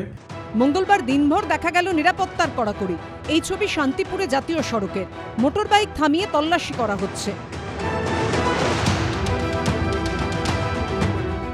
শুধু গাড়ি নয়, পথ চলতি যে বাইকগুলি রয়েছে সেগুলোতেও কিন্তু একইভাবে চিরুনি তল্লাশি চালানো হচ্ছে।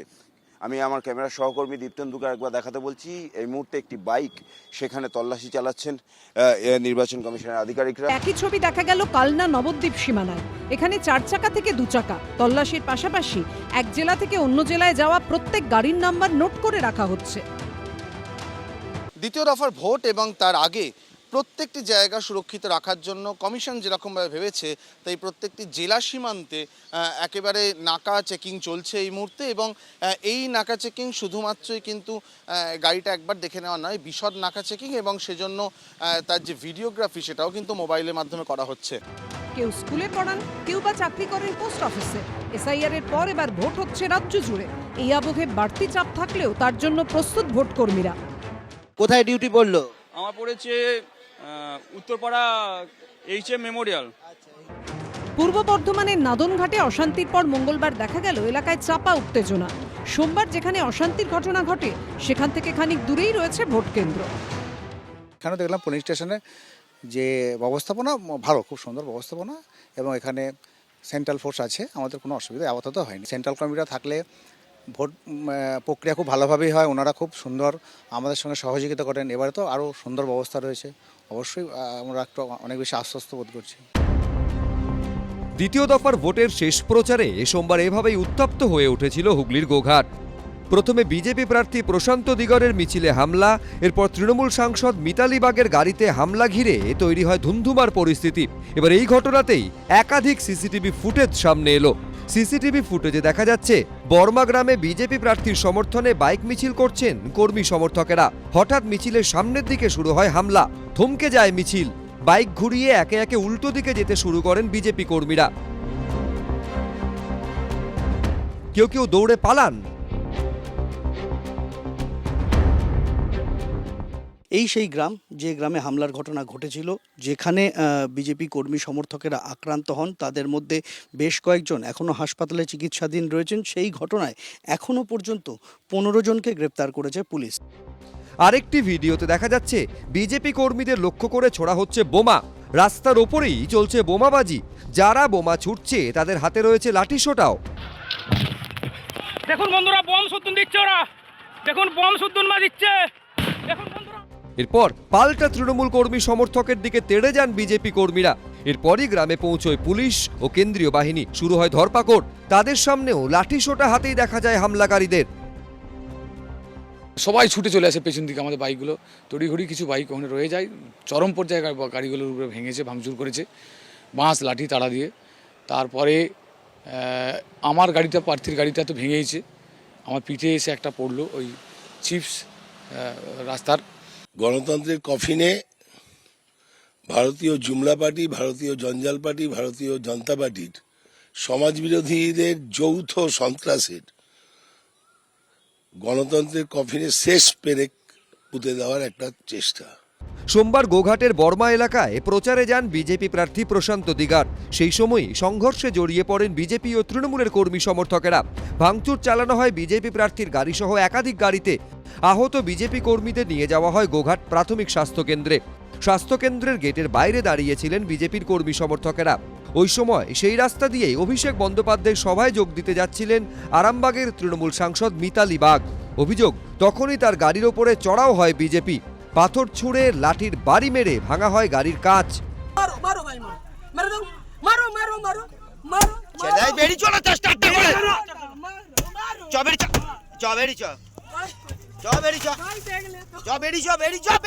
হুগলির গোঘাটে তৃণমূল কংগ্রেসের সাংসদ মিতালি বাগের ওপরে হামলার ঘটনার পর 24 ঘন্টা কেটে গিয়েছে। ইতিমধ্যে এই ঘটনায় 3 জনকে গ্রেপ্তার করেছে পুলিশ, 3 জনই বিজেপি সমর্থক, এমনটাই পুলিশ সূত্রে খবর। আরামবাগ মেডিকেল কলেজে ভর্তি রয়েছেন তৃণমূল সাংসদ মিতালি বাগ। মহিলাদের উপর ধরে ধরে এভাবে নির্যাতন শুরু করে, তাহলে তারা পশ্চিমবাংলা আসলে কি হবে?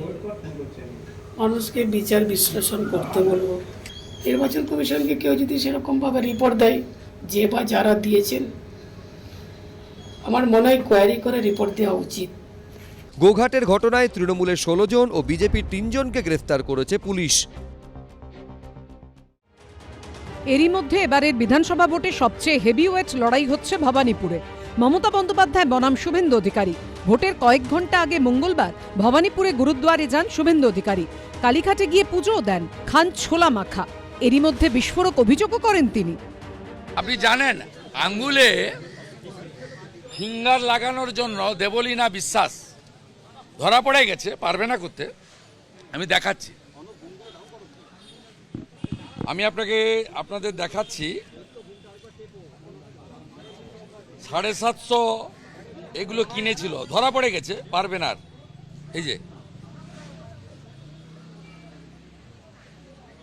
তৃণমূল এত নিকৃষ্ট মানের চোর, ভোট চোর, এবারে করতে দেব না। এটা হচ্ছে, এটার উপরে লাগানো থাকবে, কালিটা লাগিয়ে দিলে এটা বাইরে এসে ফেলে দেবে, ফলস ফিঙ্গার।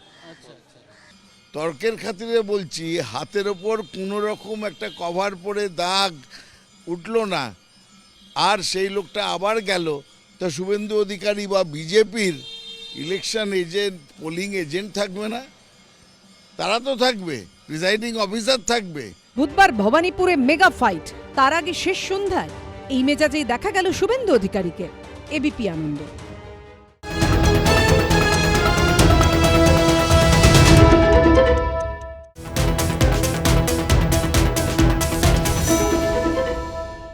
এবিপি আনন্দ, এগিয়ে থাকে, এগিয়ে রাখে।